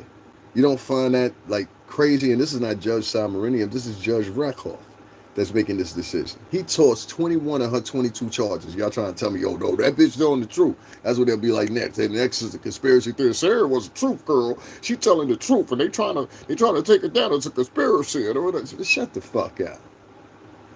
Fuck that bitch. Until I said it, yo, Sarah, fuck you, bitch. For real, I know you remarried and all that. Fuck you. Still, fuck you for trying to pull it, bitch. Fuck that bitch for trying to pull it. And Freddie P and Chopper, nephews, I'm trying to tell you, she ain't gonna like y'all no more. She ain't gonna like y'all no more. She ain't gonna like y'all no more, dog. I'm trying to tell you. Ever since y'all said that shit over there out of dialogue, that's what she gonna focus on. She might catch it now, but she gonna catch it in about 2 or 3 weeks. She gonna be like, you know what? It was because of Chopper and Freddie P. Those are not my real bandmates. That's a mad little angry bitch right there you see on the channel. Did I show y'all the shit where she got motherfuckers? She's a Sha'Carri Richards. She's like Sha'Carri Richards. Did I show y'all the Sha'Carri Richards video? She's just like Sha'Carri Richards. She did something. I wasn't there. But she did something, and she got arrested, and they kept Sarah for a month and a half. Y'all think I'm joking, right? I got the video when the bitch got out. Talking about she innocent. This holding did time. What we talking about? This holding did time. You know what I'm saying? Niggas is over here joke. This holding literally did time. I put the video up before. Y'all niggas didn't see it. Guys, make sure y'all hit up the Cash App. $STRINGERBELL80. Support the channel. This hoe did time. And when it comes to the woman, they'll be like, oh, so what? Or they'll try to give it a play. No, bitch, you're a criminal. We're not making no reservations for bitches no more. No, bitch, you want to play with the big boys. This is how the big boys play. Bitch, you're a criminal. We're not giving no coddling sessions for hoes. The fuck out of here. This bitch is a criminal. Hold on one second. I'm grabbing it for you right now, guys. It should come right up. I be trying to tell y'all all the time. Only thing you gotta do is go to my video. When I tell y'all to type something in, that's the only thing you gotta do. Hold on. That's the only thing you gotta do. I'm telling you it's there. Hold on one second. Let me just take this green screen off for a minute so y'all can see it clear. Alright? Turn the volume up so y'all can hear it. This is Sarah when she first got out of jail. And that's her mugshot right there. You see her mugshot picture? She did all that to herself. Sara Stokes was arrested in jail after a knockdown, drag-out brawl with her husband of 19 years. And I come out here, and I'm stressed. As soon as I get the dang on street, boom, it's stressed. I should have been in there for no domestic violence stuff. I feel like he should have been there with me. Thank you. You've done a great job. I'm gonna let y'all see that again. I actually wanted to hit the green screen. My fault, y'all. Sara Stokes was arrested in jail after a knockdown, drag-out brawl with her husband of 19 years. And I come out here, and I'm stressed. As soon as I get the dang on street, boom, it's stressed. I should have been in there for no domestic violence stuff. I feel like he should have been there with me. Thank you. You've done a great job. You hear what she said? I should have been in there for no domestic violence stuff. I feel like he should have been in there with me. That's the same shit Sha'Carri tried to pull. Y'all ain't see what this little bitch tried to do too? Y'all be respecting these hoes too much, bro. Like, I ain't respecting hoes trying to get niggas locked up. Fuck that bitch. We need to go back to them days when we was like, man, fuck that bitch. I don't know what's wrong with niggas. Niggas be like, bitches be lying, bro. That's why I don't trust half of these chicks. I don't trust. I'm not a hoe. You know what I'm saying? That I don't know. Here we go right here. Where's it at? I just posted it too. Where is it at? Where's she at with her funny lady? She look rough as hell with all that makeup, too.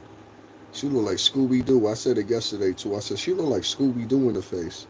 No, like for real. She look like Scooby-Doo in the face without the makeup on my mama. Where is her video? Here we go. Good cop, boss. You maniac. Bomb, take her away. I'm in a domestic violent relationship, and y'all catching me. I'm gonna show you proof of me being in a domestic violent relationship. She in a domestic violence relationship. I have my part so you can do your best, document everything. I would never. Now she's looking at him talking about, I'll never talk to you again.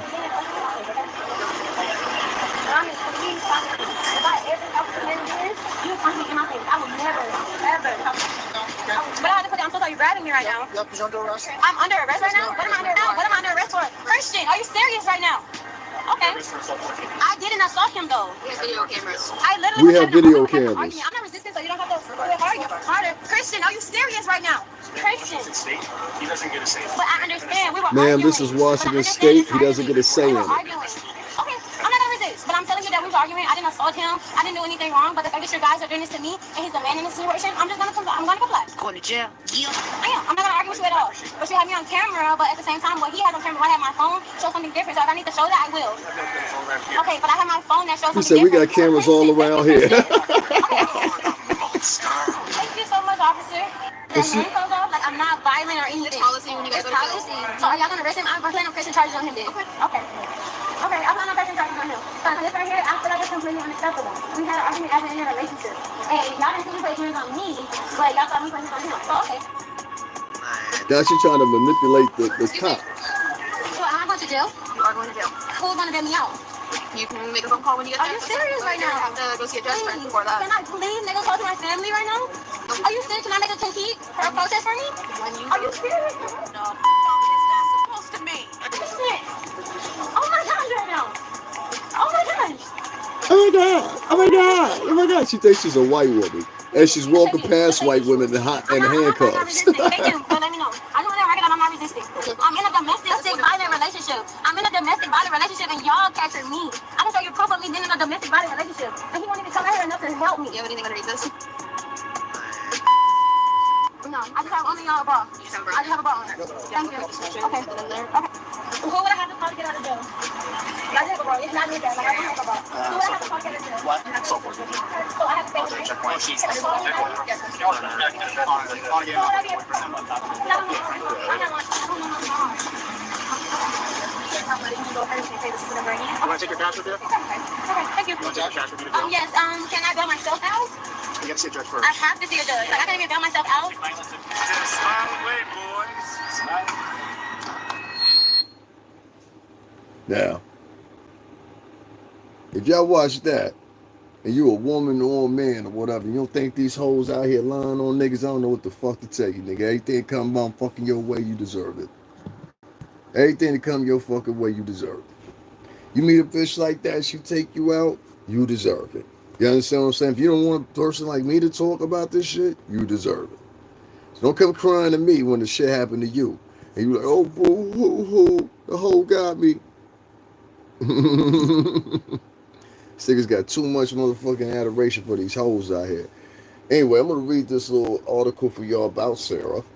And I wanted to show y'all a Sakari video because it's the same thing I seen Siobhan Stone, who's out here accusing Umar of God knows what or whatever. And a whole bunch of these other hoes. And you can't even get men to join you in the conversation because they too scared. I got niggas in here in my chat room right now. They so scared, like, you coward ass niggas.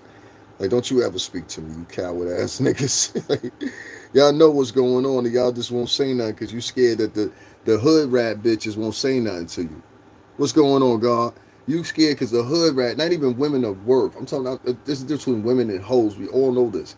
Like, the white men know this, black men know this, Spanish men know this. So what's the problem? Like, y'all niggas are that docile now, y'all can't even have the conversation. These bitches are out here setting niggas up. That Siobhan bitch, she set the nigga up.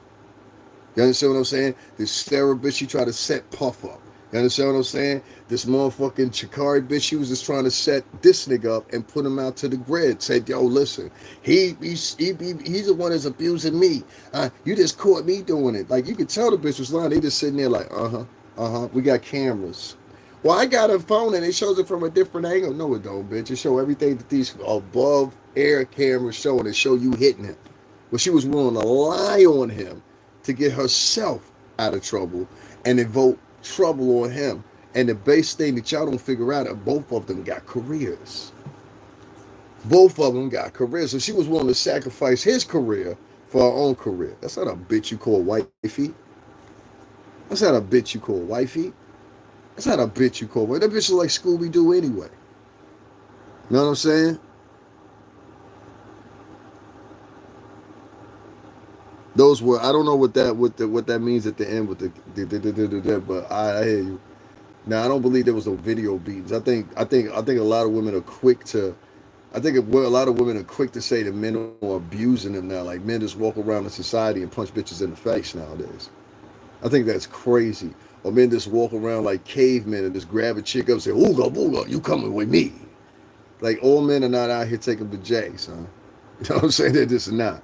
I know a lot of chicks that will take you in the bathroom in New York. Like I don't know what chicks are like in a lot of the cities y'all from, but I know chicks in New York City tri-state that will take you in the bathroom and be like, "Yo, listen, I want to hit you off. You going home with me?" And you know how many times I had bitches be like, I had a bitch not even 4 months ago. My homies have seen this. Well, a bitch grabbed me. She was like, "Yo, you going home with me?" That's how aggressive New York women are. Like, you don't know. You should have more. I should have more viewers. I should have more donations and everything. Unfortunately, the bulk of this YouTube culture nowadays, including the blacks and the Latinos, they're highly racist against and misandrous supporting people. Like, it's no room for. That's why I gotta find me a new app. Like, I can't fuck with this crowd here. This crowd here is based of people that are how can I say it, predominantly in take Black American culture is built around women now. You understand what I'm saying? And so the only thing they want to donate to is black women, and a lot of black women that's the forefront of speaking are not good stand-up black women. They're horrible black women. And for some reason or another, a lot of these men, they've been raised by the same archetype of horrible black woman. And so they resonate with her. They agree with her. You understand what I'm saying? So for me, it's funny because since I talk against shit like that, I get literally no support. My homegirl Ruby Johnson, she donated to me. That was the first donation I probably got in 2 weeks or whatever. But they'll all come in my chat room. Yo, you told us some real shit. I told us some real shit to support me. So the reason I'm saying this is not because I'm just sitting in my bedroom. If I was just that type of vlogger, I've been doing that as of late because I'm like, yo, why the fuck should I keep spending my own money when niggas won't even buy me a coffee in the wintertime when I'm out here covering the Diddy case? Like, I was literally there before all those vloggers, and I saw so many vloggers make so much money. I said, but y'all wouldn't do that for me? Y'all wouldn't do that for me, though. So that's when I already knew. I was like, oh, okay. Black Americans have a tendency of wearing off on you, and the people that formerly supported you will be now the biggest enemies you have. And I had to learn that like several times. Like, these are not the same niggas I grew up with. These are the different archetype of niggas. And this has happened in the Bible. If you ever read the Bible, you will see cultures this has happened to. Where the people used to be of great importance, of great nobility, like somebody said in there, and then all of a sudden you see them turn into ravaging fucking, like, this happened with Genghis Khan and his people. This happened with Germany and Hitler. This happened. You understand what I'm saying? This has always happened. Where you get a fraction of the people that just turn into animals out of despair. Because in Germany, that's what it was. That's what socialism party was built out of despair. Germany was crumbling. And when you look at the Mongolians and Genghis Khan, it was the same thing. They had to go out and start conquering because they were crumbling as a society. And so what you're seeing now, a lot of people want to call it a renaissance. I don't call it a renaissance at all. I call it the final blow before you almost subside. That's what I call it, and that's what I see. And so when I get people on here that would furthermore support, Cleopatra killed Alexander the Great, and she got a nigga to do it named Brutus.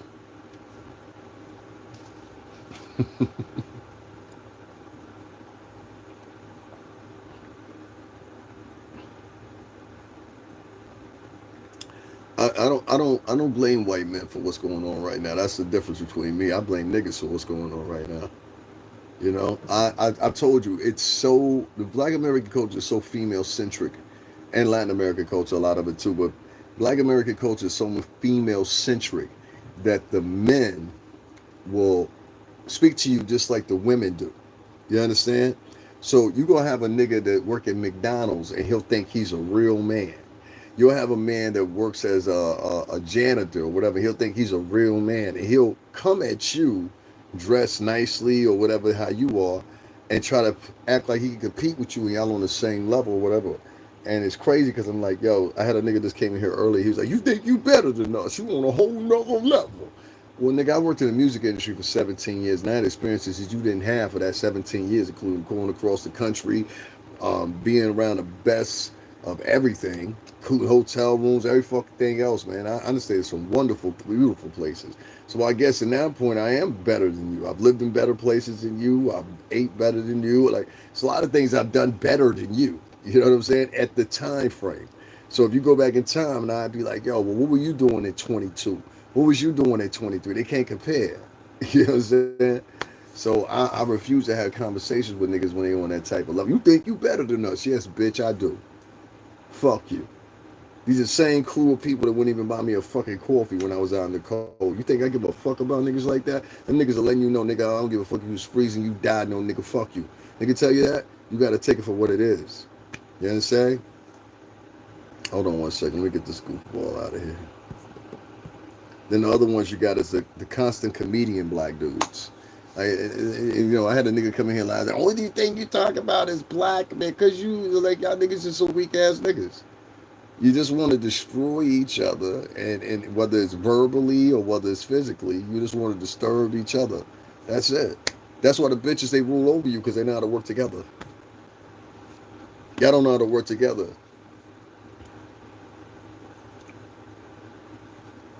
And then when y'all do work together, y'all want to work in these little quasi-decadent little groups. Like, I can't stand niggas that come from poverty and be trying to act like they a Renaissance man. Like, that should be killing me. Well, the way I feel, did your father talk like that as well? No, he didn't. What about your uncle? No, he didn't. Why do you talk like that? I don't know. That's the new voice of Black America. Well, particularly what we have to do. You will find it in mirrors and almost resonates as a white man, an obnoxious, racist, bigoted white man at that. So I have a buddy, but it doesn't make us better. Just means we have more experiences. Doesn't make you better. Dissolve your ego. I did years ago. Peace and love. Nigga, you can suck a dick backwards. I don't give a fuck what you talking about, nigga. If you ever think in your motherfucking life that I'm gonna subside myself or demonize myself for the benefit of making you feel better, nigga, find 5 bridges and jump off the motherfuckers, nigga, and suck a dick from the back, you hoe ass nigga. I don't give a fuck what you talking about. You know what I'm saying? It always be some niggas in here trying to offer some advice. You want to offer some advice at the Cash App, nigga. Other than that, I don't give a fuck about you. Here goes some other nigga talking about what's the name? Blood sugar high booty. Like, what's wrong with these niggas? Then he writes God bless behind it. See why I tell you I don't pay attention to people that talk about God? Because some of them are demonic. He writes blood sugar high, booty hole blown out, total the complete health hazard. God bless. This is a man that wrote that. This is the type of black men you got out there. This is the power right here. You don't think I want my family millions of dollars? You out your motherfucking mind, nigga. Hell no, I'm good. I can't stand YouTube. All it is angry people that beg for money. There goes somebody using that beg for money shit. Yeah, I didn't even say anything about a Cash App. Like, that's the funny thing about it. That's what we trying to tell you. That's the only thing they do on here. Now it's a hate spectrum. Anybody that asks for a donation, you're not a female, they don't want to donate to you. So Bronx boy, I appreciate you adding to the conversation right there, whatever that little point. You know what I'm saying? There's too many Latin and black niggas on here that's doing nothing but supporting bitches. I'll give you a perfect example. I'm gonna show you the article too. A nigga paid a bitch $1.5 million in a year on her OnlyFans in tips and all kinds of shit. $1.5 million. But that bitch ain't begging. You know what I'm saying? You get what I'm saying? The bitch was 21. This nigga's like 30-something years old. You know what I'm saying? But there's nothing wrong with that. A bitch is on Fansly. She charges $5.99 a month to watch her play with her vajay, right? There's no problem with that. We don't need to have no conversation about that. You look at the T app, 34,000 girls caught lying, scheming, belligerent talk, or whatever. Nah, we don't need to have no talk about that. It's a woman. Well, you're going to get a little thing different from me. I'm going down on you bitches. It's going down with me. You understand? And I got some bitches in the lineup that's going to help me get at you bitches a little bit better. Because one thing I found out is these bitches get loud with a nigga where they won't get loud like that with another bitch. They'll get loud with a nigga, but go get your cousins in them. Oh, the situation changed up. Oh, bitch, I thought you was brave. I saw a video the other day. A bitch was sitting online talking all kinds of crazy shit. Niggas ran up on her, was pistol whipping her, ripped the side of her hair out. Did y'all see that video? She's like, I won't say it again. Yo, take the guns out the camera. Take the guns out the camera. Niggas have full biscuits pointed at this bitch. Loudmouth hoe. I'm not even reading your comment. You sound like you. It sound like you hating. This one wrote, we don't care where you traveled in the 90s and the early 2000s, bitch. I wasn't in the music business in the 90s. In the 90s, I was still a teenager, so you lying. You see what I mean? Like, they be lying. This is black people. They'll always lie on you. You can always guarantee 3 things from them. That's what I'm telling you, Umar. Stop fucking with them motherfuckers. They're not the same people. Now, somebody else came in here and said something to me, and I didn't have nothing to say to them, and it wasn't even a personal thing. You know what I'm saying? So when I rebuttal, when I say something back to them, all of a sudden now they're the victim and you're the aggressor. This is how people from the woke society work. And more importantly, black Americans is involved in that woke shit. I don't give a fuck about that shit no more, bro. Like, I'm not trying to be one with y'all niggas no more. You weren't trying to be one with me, so why try to... That's like keep on going, trying to hang around with a whole bunch of niggas. It's like, yo, we don't fuck with you like that. You go back Tuesday, yo, we don't fuck with you like that. You go back Wednesday, yo, we don't fuck with you like that. You go back Thursday, yo, we don't fuck with you like that. You go back Friday, yo, we don't fuck with you like that. All right, Saturday, Sunday, I don't fuck with y'all either. I'm not gonna keep sitting around trying to fuck with some niggas that obviously don't want to fuck with you at the boat point anyway. Fuck them niggas. You know what I'm saying? They make you perish fast. You know what I'm saying? 'Cause that's what's gonna happen to you, dumb motherfuckers. Motherfucker wrote in the chat room. This is a group of people online begging like a prostitute. Did anybody hear me say anything about my Cash App? I said my Cash App the first time after an hour and a half. And that's why I try to tell you, a lot of these bitches is communists and Marxists. A communist tries to control and wants everybody to do the same thing. So what they do is they come in and they'll, like, it's crazy, son. I said this shit at the beginning of the show. I said they use the same tropes. Panhandling, begging, this, that, and other third. All right, I got a point. We're not asking niggers for money on here, all right? We don't want any money from the black community. Keep that shit. You understand what I'm saying? Tuck it in your ass and burn, motherfucker. I don't want a fucking dime from a fucking nigger. All right? Cool? Cool. All right, god damn. I done said this shit a million times. Like, yo, you can keep that shit. You understand what I'm saying? You can keep that shit. Don't fuck with them niggas. The niggas is fucking fucked up, bro. I'm trying to tell you, the whole culture gonna be done by 2045. You ain't even gonna exist no more. Trust me on this. So I ain't worried about that shit. I just hate how they come into your chat room, say whatever they want to say to you, and then when you say something back to them, they crying. Or they got some excuse. You're just saying that we don't care where you travel. You do care where I've traveled, bitch. That's why you brought it up. And that's what it is. That's the modus operandi of this whole thing. I want you to be better, but I don't want you to be better than me. That's how most African Americans think. I want you to be better, but I don't want you to be better than me. Like my friends I've had beforehand, the African American, I'm cool with them or whatever. But the new ones, I have no interest in meeting you. None. No, I don't want to intermingle with you, none of that shit. You seem like shitty people that don't do anything but prey on each other. Who the fuck wants to be around people like that? That's not even normal. That's not fucking normal. And you sit around and you chastise and try to reprimand people. Like, I got bitches coming in here like acting like they giving me some pussy at night. Like, you know what I'm saying? I'm like, you can't, bitch, I don't know you. And it's sickening to think these are women that do this. Right now in my chat room, I got motherfuckers sitting here lingering and listening to me or whatever, and they won't hit the like button because of pure simple fact they're sent over here to just listen and monitor a motherfucker. Isn't that sick? That's sick, huh? That's where black American women are nowadays online. They are some of the biggest fucking snitches and snakes there is online. Only neck and neck with motherfucking white women. That's the only two. Them two motherfuckers right there. Watch out for both of them. Some of the nastiest behavior women you ever meet in your fucking life. Two snakes of different coil. Trust me when I tell you this. Two snakes of a different coil. Niggas be like, yo, I'm gonna go get me a white. Don't get one of them bitches either. Go somewhere else. You know what I'm saying? You ain't got to date Keisha, but don't go get Becky either. Becky and Keisha trying to copy Becky down to the motherfucking rooter tooter of her hair. You know what I'm saying? If she could copy the pussy, maybe she'd be on top.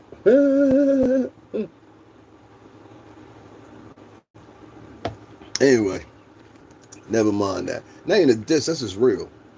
Who thinks it makes sense to support people that on a day-to-day basis sit online? Y'all done watch me here for like 2 or 3 weeks, right?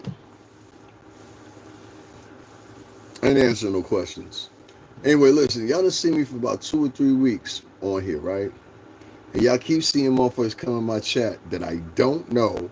Tell about your panhandle. Who told you that, nigga? I don't even know you. So that means you was over somebody else's shit. They was talking about me. You came back over here and pledged what you wanted to pledge. There are niggas that really, like, literally don't like me, and they're sending their people over here. That's mental illness, son. I'm trying to tell you, black American people, they're mentally ill, son, on this YouTube shit. I'm not saying the whole entire culture, but when it comes to this YouTube shit, please believe at least 80% of these motherfuckers, they're dumb as fuck. And then the other thing is, because nobody outside their, like, they don't understand it. Nobody outside their little spectrum of people is listening to this shit. They're not listening. Like, nobody's scared of the FBA, dog. You know what I'm saying? Like, nobody. Y'all use that as a fear mechanism for niggas, not a fear mechanism for white supremacists. You use it as a fear mechanism. The game is changing, just like the Bible said. And in the end, it will be brother against brother. And y'all just don't see it. So if you don't see it, you don't see it. But don't think for a minute I trust any black motherfucking dude in 2025. Fuck no. I don't want to do business with you. I don't want to sit no panels with you. I'm Gucci. You know what I'm saying? Because doing anything with you is going to end up on some fuck shit. Only, man, like, if it's a motherfucker I've been known, that's different. The new ones, fuck no. Niggas, we always talk about, yo, let's do something now. I'm good. I'm good. They'll rob from you, they'll steal from you, and then later on try to play like they a victim. I didn't know what was going on. They will lie to the end too. I'm good, son. In the past year, I've gotten so, like, I break down my whole story. In the past year, I have really gotten to the point where I'm just like, now, when I saw the shit they was trying to do to Puff, and I see the shit they trying to do to Umar, I said, don't you notice it plays out the same goddamn way, like a storyline. You know what I'm saying? And that has to embellish itself real quick in the same motherfucking the way. So Umar learned too. Take off the dashiki, man. Leave these motherfuckers alone. They don't want to help you. They are helping to destroy you right now. And if you that stupid to see that they started with your daughter, which no nigga should be talking about no other man's daughter. You know what I'm saying? Because it was me, like, nigga, I'm coming to get you. Like, for real. Fuck. Take that video down, nigga, for real. Take the video down, I'll let out the trunk. Mom! Anyway, listen, man. Never mind that. Like I said, though, I don't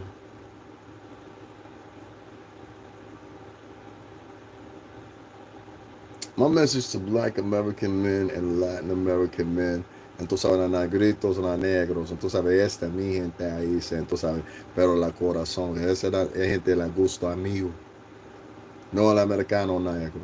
Esa no mi gente ahí, entonces esa es mi madre, familia, entonces claro, yo negro que sí ahí, esa no mi gente. Mi gente, no gente, la muerte, morte pero mi. Anyway, listen, like I was saying, right? This is my thing with me. If you are black American and you feel that bitches are paramount over everything within the culture, please keep your moist, sensitive, fucking talcum powder ass over there in the corner with the bitches. Because that's where you belong. I seen a lot of bitch niggas that were nerds in high school, nerds in middle school, and if it was more than 2 or 3 of us around you, was stomping the fuck out your ass. You wouldn't have nothing to do, like a lot of you coward niggas do. But you niggas get up here on YouTube and try to act like you tough. Even the niggas that try to act like they tough ain't tough, son. Trust me when I tell you this, nigga. It was niggas I seen down at that courtroom. I seen the fear of God in them niggas. Fear of God in them niggas. Like, one nigga came up to me asking me for a cigarette. I forgot what your name is. I got cool with you later, but you was my case in example That nigga came over. I was like, nigga, what look like I'm fucking playing with you? And just instantaneously, he got it like that. You know what I'm saying? He said, yo, he came back. He said, yo, you the same nigga you say. I say, I know, nigga. Like, stop playing with me. You know what I mean? Like, I don't play that shit. I'm not no kid, bro. So it's like, you know, it's that tough guy talks. Not I'm gonna do something to you. I have no reason to do anything to any of y'all. But you'll notice you'll get niggas and bitches that been over here for the past 3 or 4 days trying to make sure that I don't make no bread. Why is that? Because niggas working for white supremacy, dog. There was a bitch that was sitting outside the courtroom every fucking day to the point she was paying niggas to sit to keep her space so she could be up in the courtroom. What's going on, Tina? Let me read this for you, Tina. I'm glad you're here. I've been getting nothing but trolls and broke motherfuckers and assholes and niggas talking about, you can't ask for donations, only my favorite blogger can. Fucking communist bitches and shit. Shit is wild out here. I'm like, I'm dead serious. A lot of people is talking about quitting this app. This app is corny now. It's like there's a whole bunch of high school students on here. Like even the grown adults, they talk like children. Like they talk like children. Sean Diddy Combs' legal battle with Making the Band alum Sara Rivers is nearing the close after a New York judge ordered all charges against the embattled music mogul to be dismissed. Rivers, who appears on Combs' early 2000 reality show Making the Band 2, became a member of the hip-hop group The Band. Sued Combs in February on allegations of unwanted touching, creating a hostile work environment, and fraud while filming an MTV show. The singer also sued several Combs companies and business associates for their alleged involvement, including Combs' mother, Janice Combs. In an August 14th ruling in U.S. District Court of Southern District of New York, Judge Jed S. Rocco ordered that 21 of the 22 charges listed in Rivers' lawsuit be dropped, which span from racketeering, assault, and battery, forced labor, and false imprisonment, should be dismissed with prejudice, according to the court documents obtained. As a result, Rivers will not be able to refile the dismissed charges. So 21 of the 22 charges that she put forth got dismissed. This bitch ain't got shit. Judge Rackham said he is holding, I accidentally clicked over the page, my fault. Judge Radcliffe said he is holding off on a definitive ruling of the gender-motivated violence charge pending the decision from the U.S. Court of Appeals. So that's the one remaining one that's left that they're trying to figure out now. Has reached out to Rivers' attorneys for comment. Combs' attorney Erica Wolf celebrated the ruling. From the outset, we said that these claims were meritless, time-barred, and legally deficient. Wolf said the court agreed, finding no legal basis to allow them to proceed. We are pleased with the court carefully analyzed and swiftly dismissed this baseless claim. Combs, who was arrested on September 2024, remains in custody at Metropolitan Detention Center in Brooklyn, following a trial earlier this summer of charges of sex trafficking, racketeering, transportation to engage in prostitution. In July, the rapper was found guilty. Blah, blah, blah, blah, blah, blah. And that's that bitch you see on the screen right there. Another hoe lying. Another hoe lying. Not a lady, not a woman. Another hoe lying. Looking for a payday so she can cash out until her retirement age. Shit like that. These hoes getting old. These hoes getting old.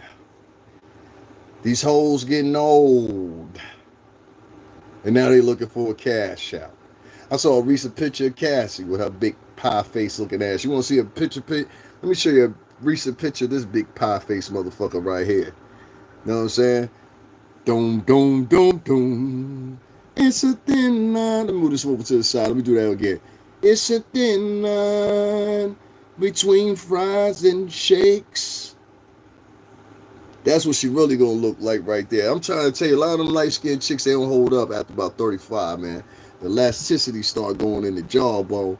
You see how she gonna get that auntie neck in a minute. She kind of look like motherfucking Tina Knowles almost in the face, don't she? She look older than Tina Knowles look better. This whole auntie ass. Look at the pearls she got on in a red old country ass, and she got some feather fucking earrings on. This country hillbilly ass broad, trying to look like she an Indian princess. It's a thin line between fries and shake, like spoiled milk. I swear to God. Hey, so you look like you should be suing another, and this is another bitch. A man probably put her up to it. You know, she newly married. This is the last round, baby. Ain't nobody marrying your ass after that. Not with that turkey neck. That shit look crazy. She got the fat face now. Like, this is not the look you go for. Like, I can't stand when older women, or like, she's only in her 40s, but I can't stand when older chicks try to go with. It's different when a dude do it. When a dude do it and he dress, it's swag. If he dress younger or whatever you want to call it, whatever, as long as it's age appropriate. I can't stand with younger chicks, but they headed towards getting older. It's something to click in their mind and be like, all right, now I got to start dressing like auntie. That's why I look confusing. This bitch look like Tina Knowles and Beyonce in the same picture.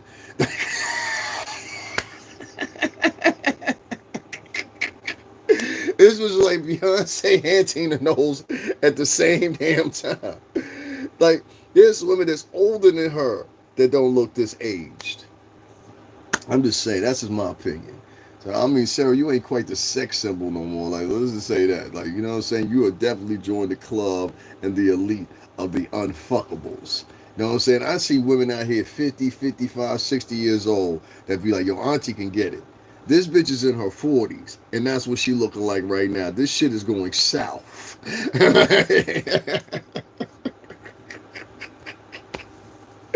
Talking about plastic advantage. No, bitch, Freddie P and Chopper told us all about it. Bitch, he was in there busted down.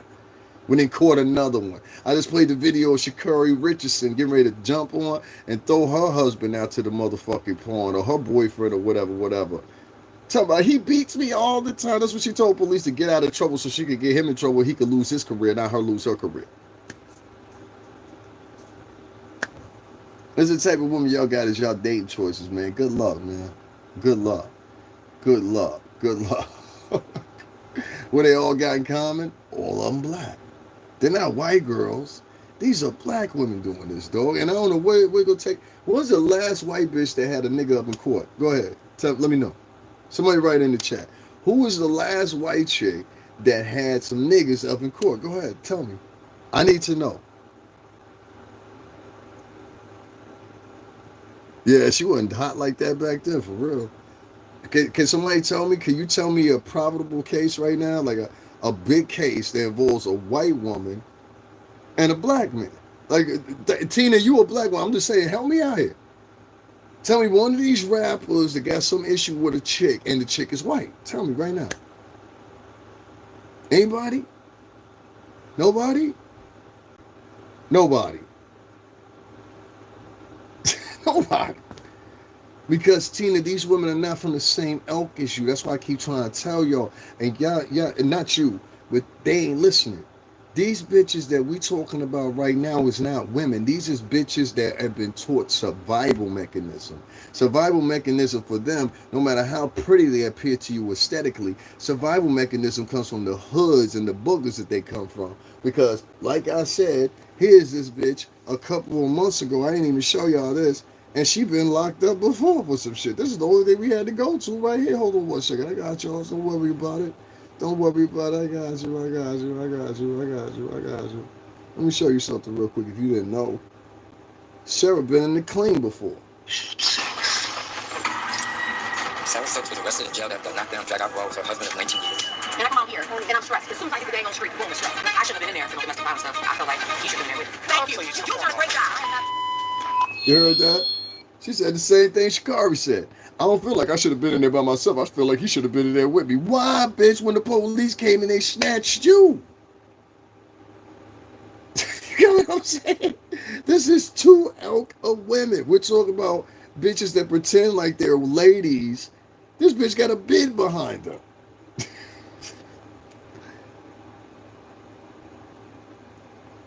Okay, the majority of women in survival mode, whatever. It's a degree of survival mode. A white woman's survival mode is different from a black woman's survival mode. Can we agree on that, Jermaine? Let me tell you how. I can tell you how. I live around a lot of white people, right? So a white woman's degree on survival mode is very, very different. Because a white woman will have multiple men from multiple different backgrounds and races willing to come save her if she gets in peril. You don't believe me? Be a white woman at 2 o'clock in the morning. Have two white women.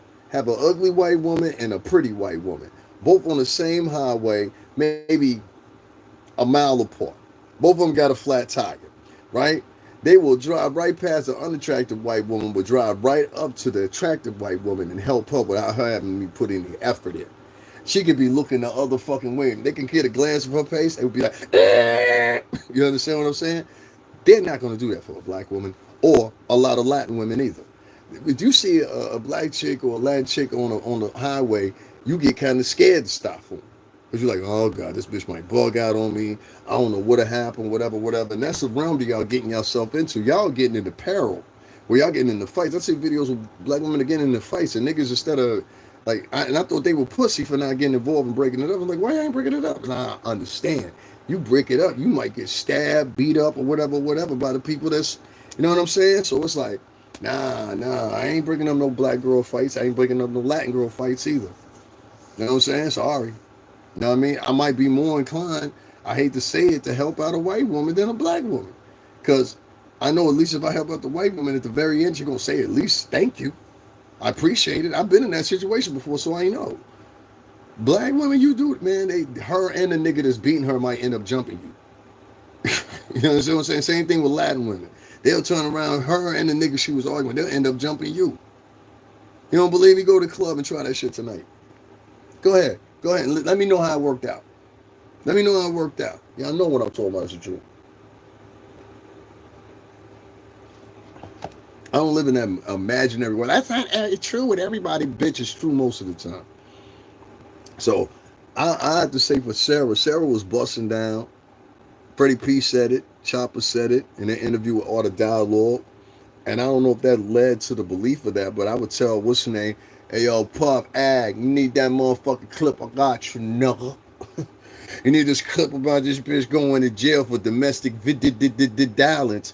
And that's the shit that was funny to me because one of her shits was taken by force or some type of violent shit she was trying to put on Puff. I said, bitch, you've been locked up and did time for domestic violence recently.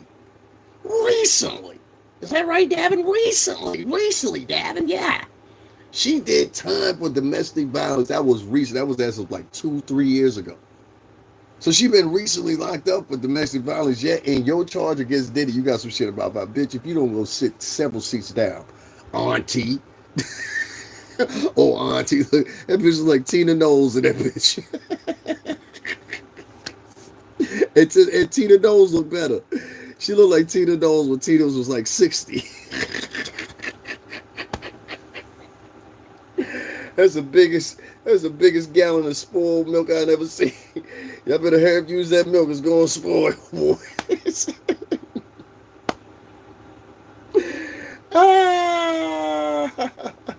Motherfucker really defending Diddy. Nigga, who the fuck are you? Are you the anti-Diddy committee spokesman? Is that who you are?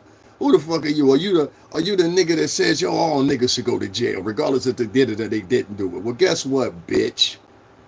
The court is already over. So all them fake-ass shaming tactics and that bitch shit you trying to run at me right now, stick it up your fucking ass. I'm Davin Lewis, formerly of Bad Boy Entertainment, bitch-ass nigga. That's who the fuck I am. That's why you shouldn't run around online talking shit to niggas that you don't fucking know, nigga. That's why. I'm Davin Lewis, the nigga that was down at the courthouse, unlike your punk pussy ass that was there. And all that shit's here on this channel, which you'll never see now because I'm about to block your punk pussy ass with this talking shit.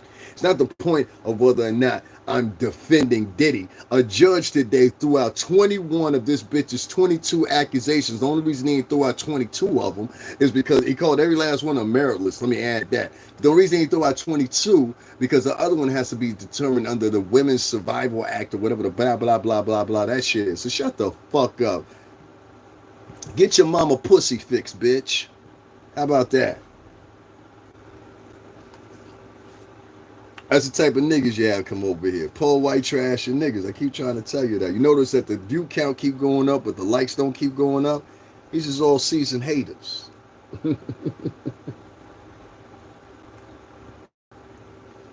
Guys, make sure y'all do hit up the Cash App. Now I'm going to say my shit. We had 2 hours and 10 minutes. Make sure y'all do hit up the Cash App, support the channel, whatever. We're going to keep it going a little bit here. Let me thank somebody if they did. That's amazing to me, right? I've been here for 2 hours. Got $120 donation. Thank you very much, Ruby. Yeah, I keep trying to tell y'all that's what it is. We got to go through. Your mom ain't shit, bitch. I got to go through. I got to go through my shit a little bit more, and I got to start really blocking some of these niggas out. Like it's crazy, son. All these niggas is listening to me right now. If y'all don't understand on the replay, don't worry about this shit right now. But all the niggas is listening to me right now. 60% of them is haters. And so basically, and y'all watch out for it too. Basically, what you get is I gotta go anyway. Basically, what you get because I got shit to do tonight. Basically, what you do is you get y'all was cool with me. Y'all see what I had to do, but for those niggas that's over on my other channel, I will be streaming over there around about 9:30ish, 10ish. Okay, if the latest 10:30.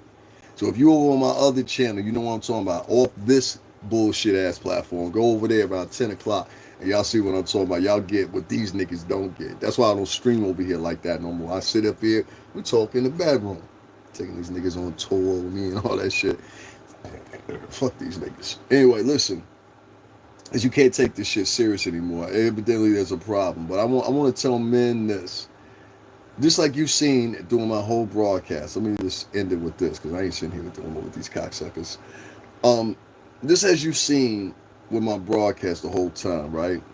They didn't want me to come in here and talk about Sara because Sara lost her case. It's like you saw that last person that's coming here and try to shaming tactics. You're defending Diddy. No, I'm defending what the fuck the judge said, bitch. And there's not going to be some social order where you think you're going to bully me around online and tell me what the fuck to think and what not to think. That is some crazy shit that black people are getting that much into communism and Marxism. And this is why I said you new wave motherfuckers that think like that, stay the fuck away from me. I have no interest in dealing with you motherfuckers. You can all burn it the fuck in hell. Now the ones that I've been on and I'm cool with, I love y'all to death. Ain't nothing changed or whatever. But you got to watch these new motherfuckers. These motherfuckers don't think the same way you think. They're Marxists and communists. And you don't have to believe me, but I'm telling you the truth. These new blacks, they will do anything in their power to take down people that look just like them. But do you think any of these motherfuckers would be in motherfucking Donald Trump shit? Do you think any of these motherfuckers would be in any of these other motherfuckers doing that shit? What's going on? Who that is? The niggas say NL, I already know who that is. Absolute Allah. I don't know who that is particularly. Say your nickname and I know who you are. But I don't know who that is. But NL, what's going on, green and gold? You already know the vibes. Anyway, these new niggas that you got now, like I said, let me continue on. These niggas have no love for you, my nigga. Trust me when I tell you this. They have no love for themselves. They have no love for even their compadres that are around them. They're not taught that. They're not built off that. They're built off individualism and capitalism mixed into one, with a pint and a pint of communism and Marxism mixed in. They get the communism and the Marxism mixed into them from these collegiate institutions that started throwing that into the diatribes probably the past 5 or 10 years. And that's why you've seen it peaking. So each one of these bitch ass niggas or these cunning ass fucking manipulative bitches that graduate from these institutes, they now indoctrinate that into their passages, whether they're online, whether they're in conversations or whatever. So that's why you wondering why these motherfuckers don't even sound black. A lot of these motherfuckers, if you pay attention, they don't even sound like black people anymore. They sound like, if you close your eyes, it sounds like a automated robotic system of a white man. You know what I'm saying? Like it's not even the same type of, and I'm talking about a racist prude white man or a racist prude white woman. And they use this as their judgment sticks. I got niggas coming in here talking about, you over here big. No, bitch. I spent my own money covering the whole entire Diddy trial to the best of my, even after I had some problems down there, which I'm on Myron Gaines' page.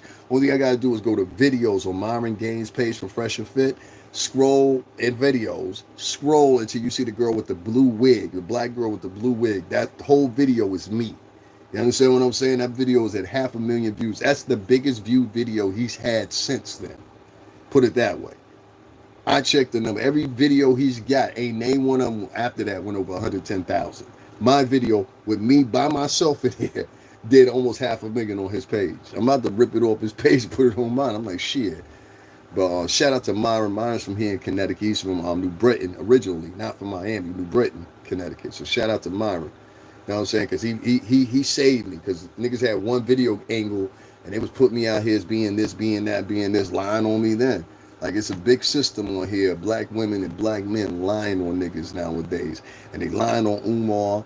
And instead of telling the truth, only thing I really need to do, you already formally invested in Umar's school, nigga. Get the nigga the 20,000 he need. But niggas can't see it like that because niggas want to see you destroyed. They'd rather laugh at you than help you, my nigga. They'd rather laugh at you than help you. That's how a nigga operate. Bro, you so black, you look like you wanted the bread with blah, blah, blah, blah, blah. Your fucking mother's a whore. Anyway, listen. I'm going to get up on off of here because if I ain't making no bread on here, I get the fuck up off of here. I might be live with y'all sometime this weekend. I probably just gonna do uploads or whatever, until I feel free, or maybe there's something else to come up or something like that.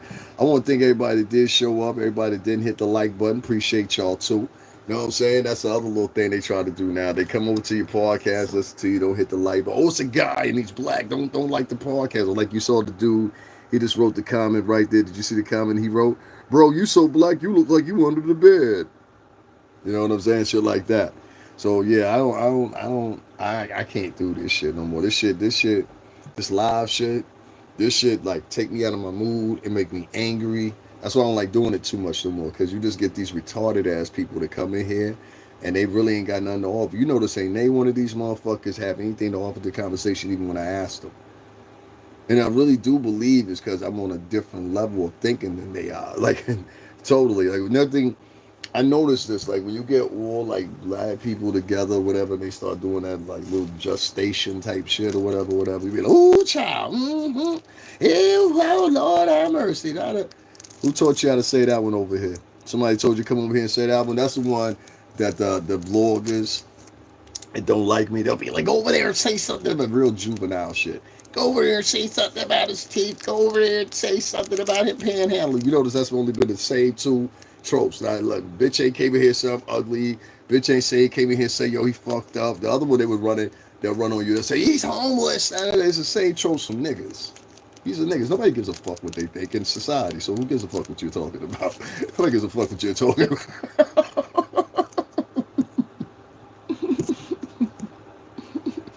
Girl, listen to me. I live in a state that's 37% Italian, 8% Greek, and like 3 other ethnicities. All right? This is going to be a shocker for you. I know it's going to hurt some of you.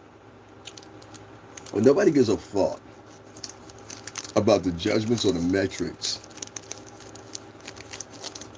of an Asian, a black man, a Mexican man, or any of the above in these communities. The only one that matters socially in this country that you can gain some work off of it is the white metrics of the system. And you don't believe that. Didn't some of you motherfuckers just cover a court case that was presided over by mostly white prosecution in under a white judicial system?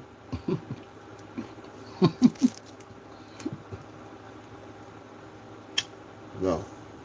The metrics of a nigga never mattered to me. It never will.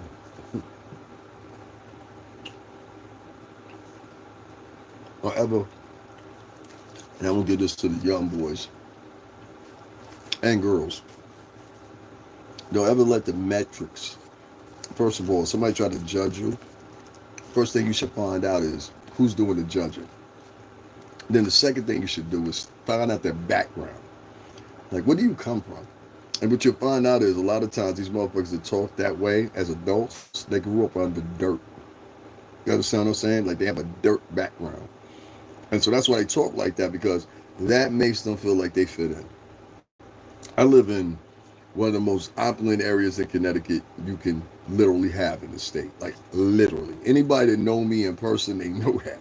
So I refuse to argue. And before that, I wasn't living in the project, nigga. I was living across the street from the beach. And my homie in here from NL is still in here. He know what I'm talking about. Before that, I was living further down, closer to the beach. And I'm talking about a huge beach.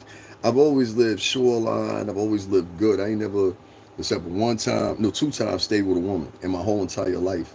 I don't breathe off women. Even when I was fucked up during the pandemic, I don't eat off women, my nigga. Like, I'm a real nigga like that. I was on here telling bitches, like chicks were coming in here telling me, yo, you can stay with me. Da, da, da. This was during the pandemic. I was like, nah, I don't stay with chicks. I'd rather rough it out. And I did this so. Even then, I had black women coming on my channel and making fun of me. I'll never forget that. Bitch was like, you see, you need to do this, you need to do that. I'm like, bitch, the whole New York City is shut down right now. Maybe that little small ass town you in Ohio ain't, but up here in the real city, we're shut down. Like everything's shut down. And this bitch really didn't understand that shit. And then they had other bitches coming in from another country. And then like about the 6 months passed, the bitches were like, they just started disappearing because they started realizing, oh shit, this shit is real, you know? But I'll never forget that moment. It was that moment during the pandemic that made me realize. I said, yo, I'm out here taking up for these black chicks and all this shit. These bitches will take me down if they need to for the benefit of themselves. Just like Sara tried to take Puff down, just like Sha'Carri Richardson, she just tried to take her boyfriend down. Just like that fat bitch is over there trying to pack down and take down Umar. And a lot of y'all niggas is helping that fat bitch because y'all thinking like, oh, what, da, da, da. Get into specifics. Find out the laws like I read on here. I told you there was a law they changed in 2017 that aptly went, and they amended it, aptly went to vacated properties. Go check out the law and see for yourself before you know what I mean? Like niggas is sitting up here giving their soliloquies and they ain't even checking out the laws in Delaware. At least I did due diligence and did that. Y'all couldn't even do that and read the statute. I'm not going to do it again. It's yesterday's upload. You want to go check it out? Go check it out. Niggas ain't donating to me and supporting me. Fuck these niggas. Niggas is on my channel talking about stop panhandling when I ain't even mentioned my cash yet. I'm like, oh yeah, this is a collective effort. And I know who it's from, but that's all right, bitch. I'm going to get you back, both of you bitches. We got something special planned for both of you hoes. You understand what I'm saying? And both of y'all know who I'm talking about since y'all want to continue on. You know what I'm saying? Yeah, I got a robot impression for you. You ready for it? That's your whore mother. Fucking slut. Anyway. All right, let me get up off here. We got the goofies coming in. I don't need the views anymore. Y'all done y'all job. Have a good one.